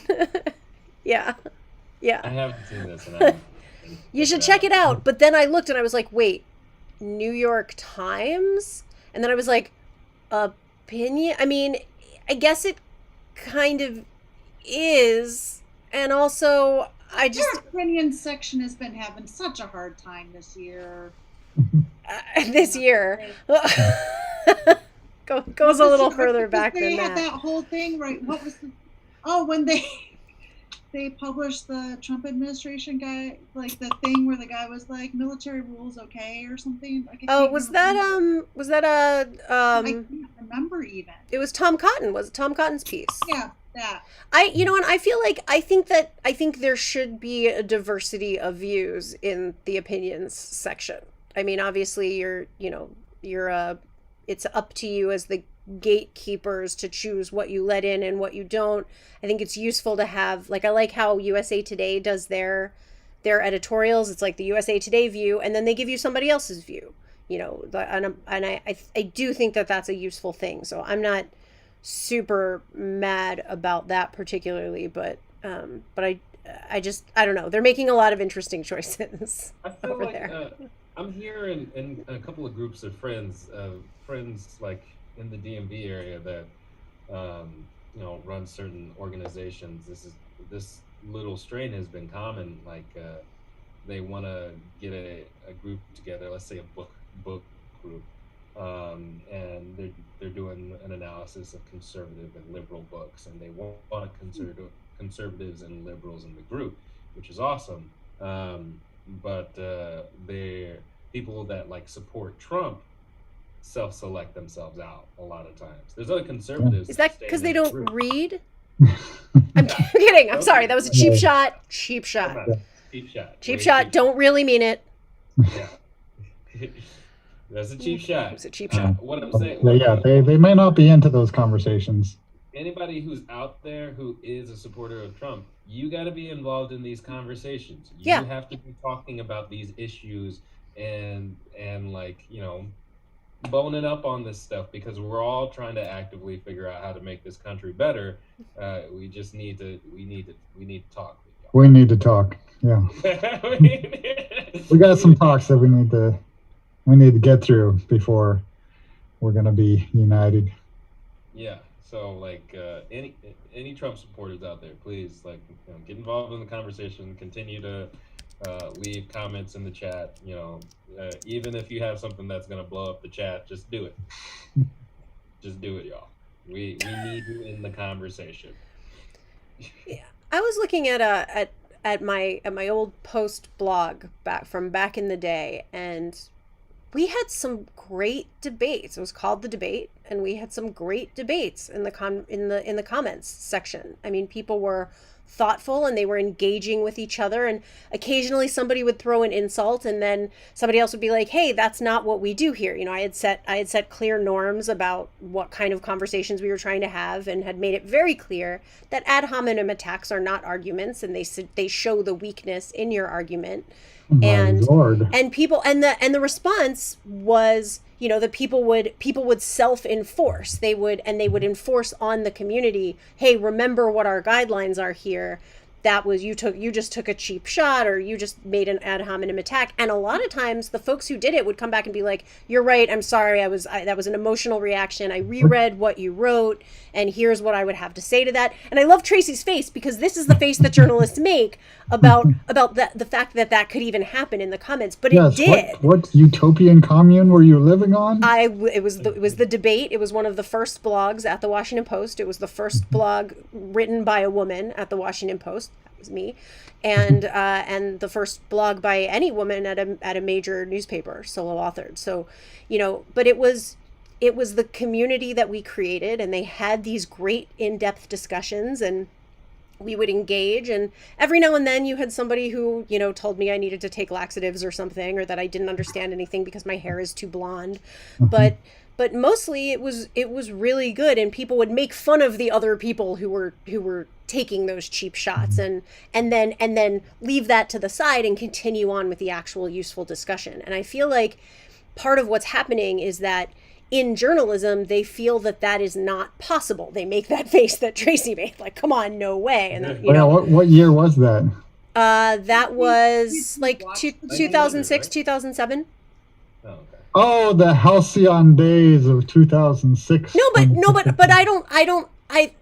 it's not like there weren't people being terrible in comments other places, but we set our standards, we had our norms, and you could have those conversations, and that's what people expected there, and that's what people did. And I feel like this idea that people have now that can't happen, and the comments are just rancid all the time and there's nothing you can do about it.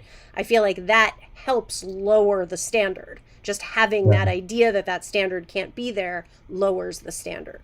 Yeah, I figure a lot of. Go ahead, Brian.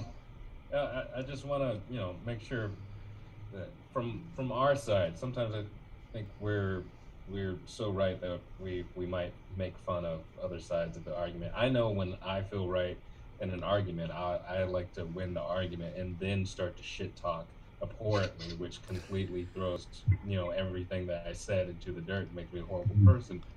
But I just like to do that sometimes because but that's a bad habit. And, I don't need to do that. I don't need to talk about your mom when I've won the argument already. We all know your mom sucks. I was gonna say I figure a lot of online news platforms are trying to follow in the footsteps and compete with social media, which is a format where the comment section is not moderated, and is the model of social media is sort of the people make the content and it just goes where it goes, and that is the absence of setting those norms and having that ongoing culture with a little bit of moderation really does make a difference. Yeah, from the unmoderated comment sections in news sites is usually the source of dragons. It's like, the comment section, most news sites that are unmoderated comment sections usually should just say, place racist comments here. And let's can we talk about let's just hit the nail on the head when it comes to where was it? Was Jessica Smith in the comment section? She was chat was that one? Facebook. She was saying she was pretty hurt because she lost a job because of the company wanted to be more inclusive, so she didn't get the job over, I'm guessing, someone of color might have gotten the job instead of her. Is that the reason, or was it like one of those Stay Mad Abby situations? I mean, it kind of sounds like a Stay Mad Abby situation. Jessica, sorry to say that, but that's kind of like I don't know. The comment seems a little bit suspect. Seems like you got some more to say there, Jessica. And if you want to leave it in the comments, blow it up. Yeah, it's hard to really assess anecdotal situations without more backstory and evidence. Yeah, Jessica. One, we only know your side of the story. We don't know what the qualifications of the people who actually got the positions were. Right, we ain't got nothing else for you, Jessica. You gotta lay some more on us if you're gonna be dropping some bombs like that. Let's hear what you have to say. Let's hear what you really have to say, Jessica. Right. I mean, while remembering that we do have norms here in our discussion, and even if somebody might take a cheap shot, they're going to apologize for it and be like, that I'm calling myself out. That was a cheap shot, right. Won't be encouraged. We're not being angry with each other or demeaning each other's views. We're really trying to understand each other and get to a place where we can find our common ground, because there is a lot more of it than a lot of people are giving credit for right now in these very divided times. Yeah. I've had this conversation with a lot of people, Jess included, because she's actually a friend of mine. And the idea that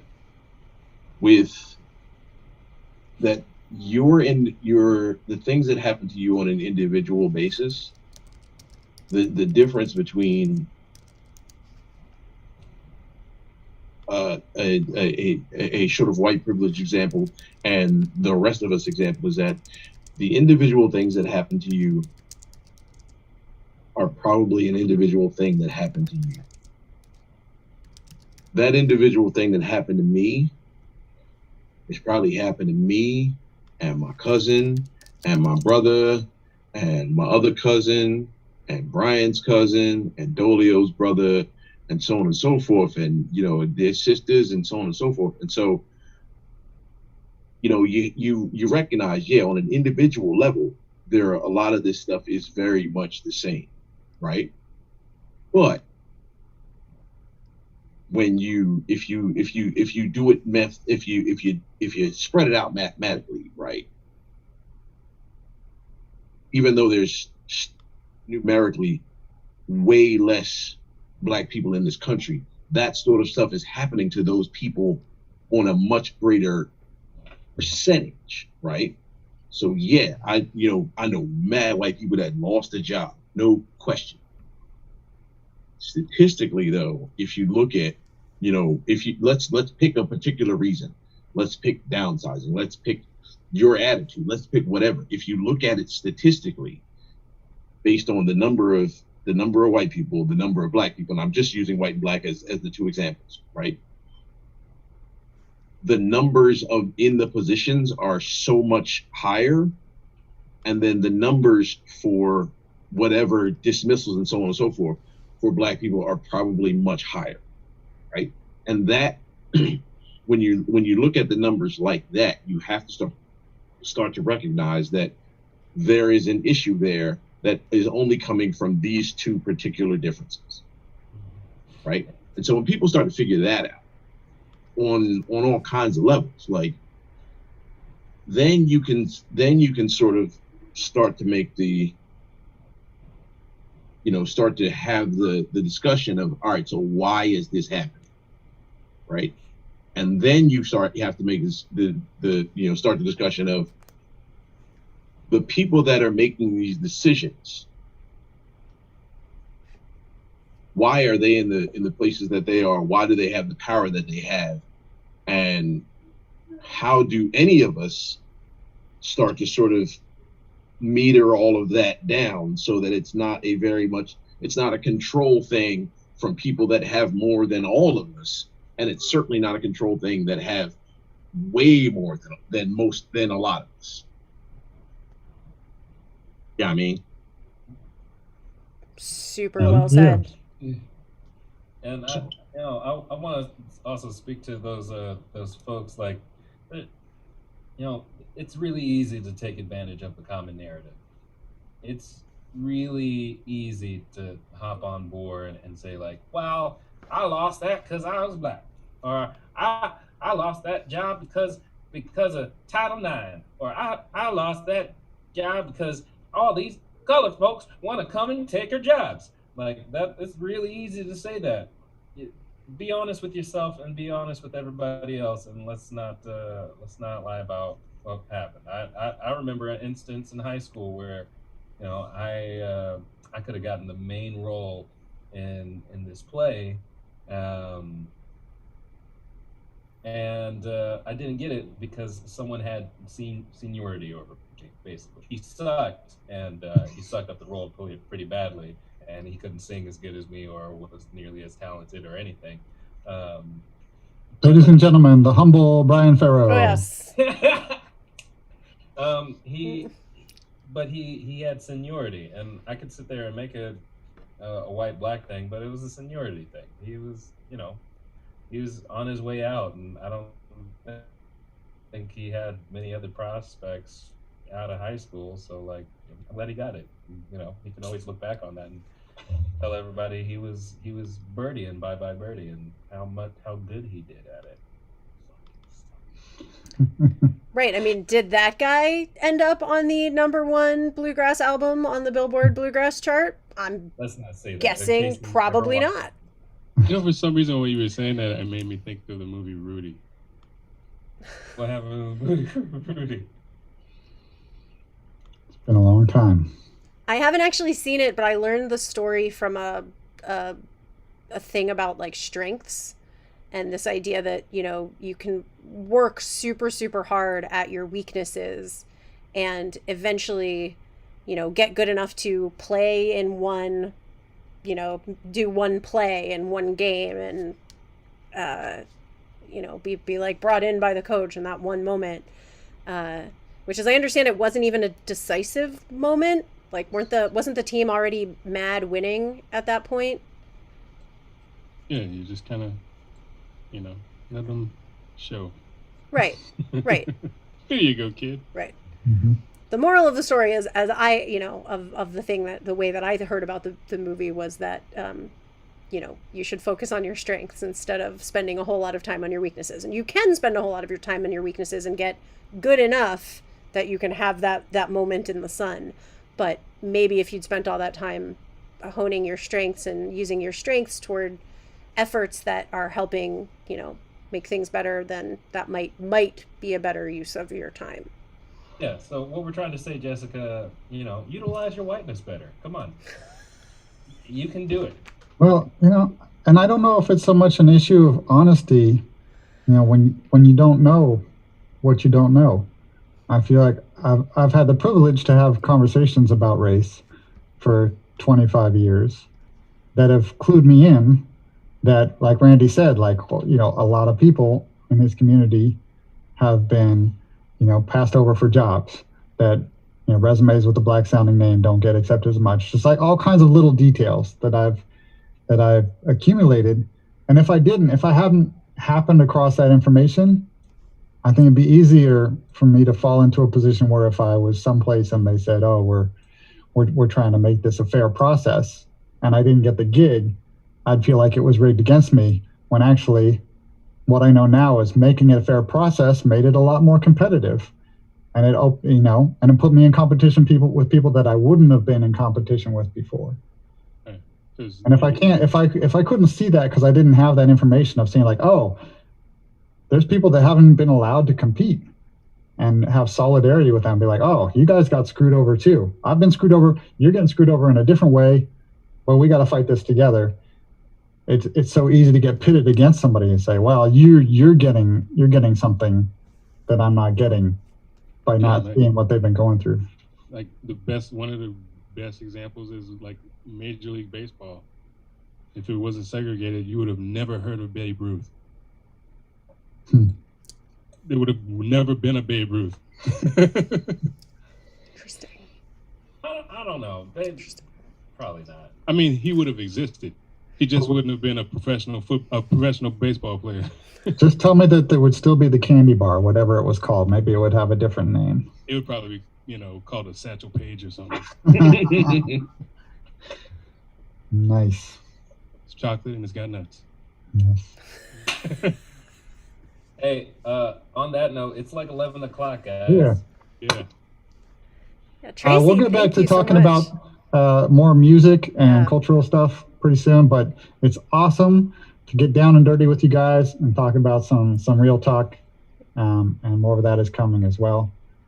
Thank you everybody for tuning in, all the folks on Twitch and Facebook and YouTube. Keep tuning in for America's Band. And thank you, Tracy. That was so interesting. Thank you, Tracy. Thank you guys. I learned a lot. Yeah. Are there socials that people can look you up on? TM McMillan. So Tracy Michelle McMillan. TM McMillan. It's for Twitter. And Tracy with an IE on Facebook. If you look me up with a Y, you will get a statuesque black lady who writes for television. So that's not me. You're on Black Planet too, right? You're on Black Planet. I know you're on Black Planet. I saw you on there. Right. Oh yeah. Real quick yeah, question. thank you for that one. Quick question for you. Like, how's Detroit doing nowadays, generally? I mean, it's all right. It's way easier than being in New York because it's just not so dense. So it's pretty easy to keep distance. The parks are not, generally speaking, super crowded, even when people are out. So that's nice. But, the pandemic has been really intense here. For a while, we had some of the highest numbers for a while in Michigan, and it was really disproportionately Black. So the experience for Black folks in Detroit has been, there are people that have lost 10, 15 people that they know, just because it's spread, through community events. And that's been really hard. Just to observe peripherally, right? Like I have a super insulated, tiny little life because I don't usually live here full time. I'm usually more in New York. And so like, I got a few friends here and they're like, a diverse group of friends, but I'm not like plugged into Detroit the way I'm plugged into my folks in New York. Yeah. So it's just, that's kind of sad. I'm pretty happy with Governor Whitmer. Like, I think she's done a really good job. So that's been cool to be here and see her. We have a difficult situation with like the legislature not wanting to do things like have people wear masks. So she's been really like super ballsy about it. And it's been really cool to see leadership like that. So that's cool. And our lieutenant governors, this like 30-ish year old like black guy from Detroit, Garland Gilchrist, who's awesome and had run to be our elections clerk down here and lost. So it's really cool to see him taking leadership. So that stuff is cool. Michigan's really nice up until about this time of year, and now it's going to be cold and gray for 6 months. Right. So yeah, it's all right. I mean, y'all should come to Detroit and play sometime when people are doing that. Yeah. Shout out to Jessica Basta in the Facebook comments. Sending love to Tracy. Yay! And yeah, thank you everybody, Tracy, for joining us, and Gangstagrass crew with another fun talk. Thanks, guys. Rock and roll. Pew pew pew O'clock pew. Eastern tomorrow. Oh wait, for the fans. Oh yeah, 3 o'clock Eastern. Oh. Could you seriously tune in at 3 o'clock Eastern tomorrow at gangstagrass.tv, where we promise you will not see Pharaoh's feet. Might see mine. No, it's depends on the camera angle. Yep. DJ set by Dolio the Sleuth.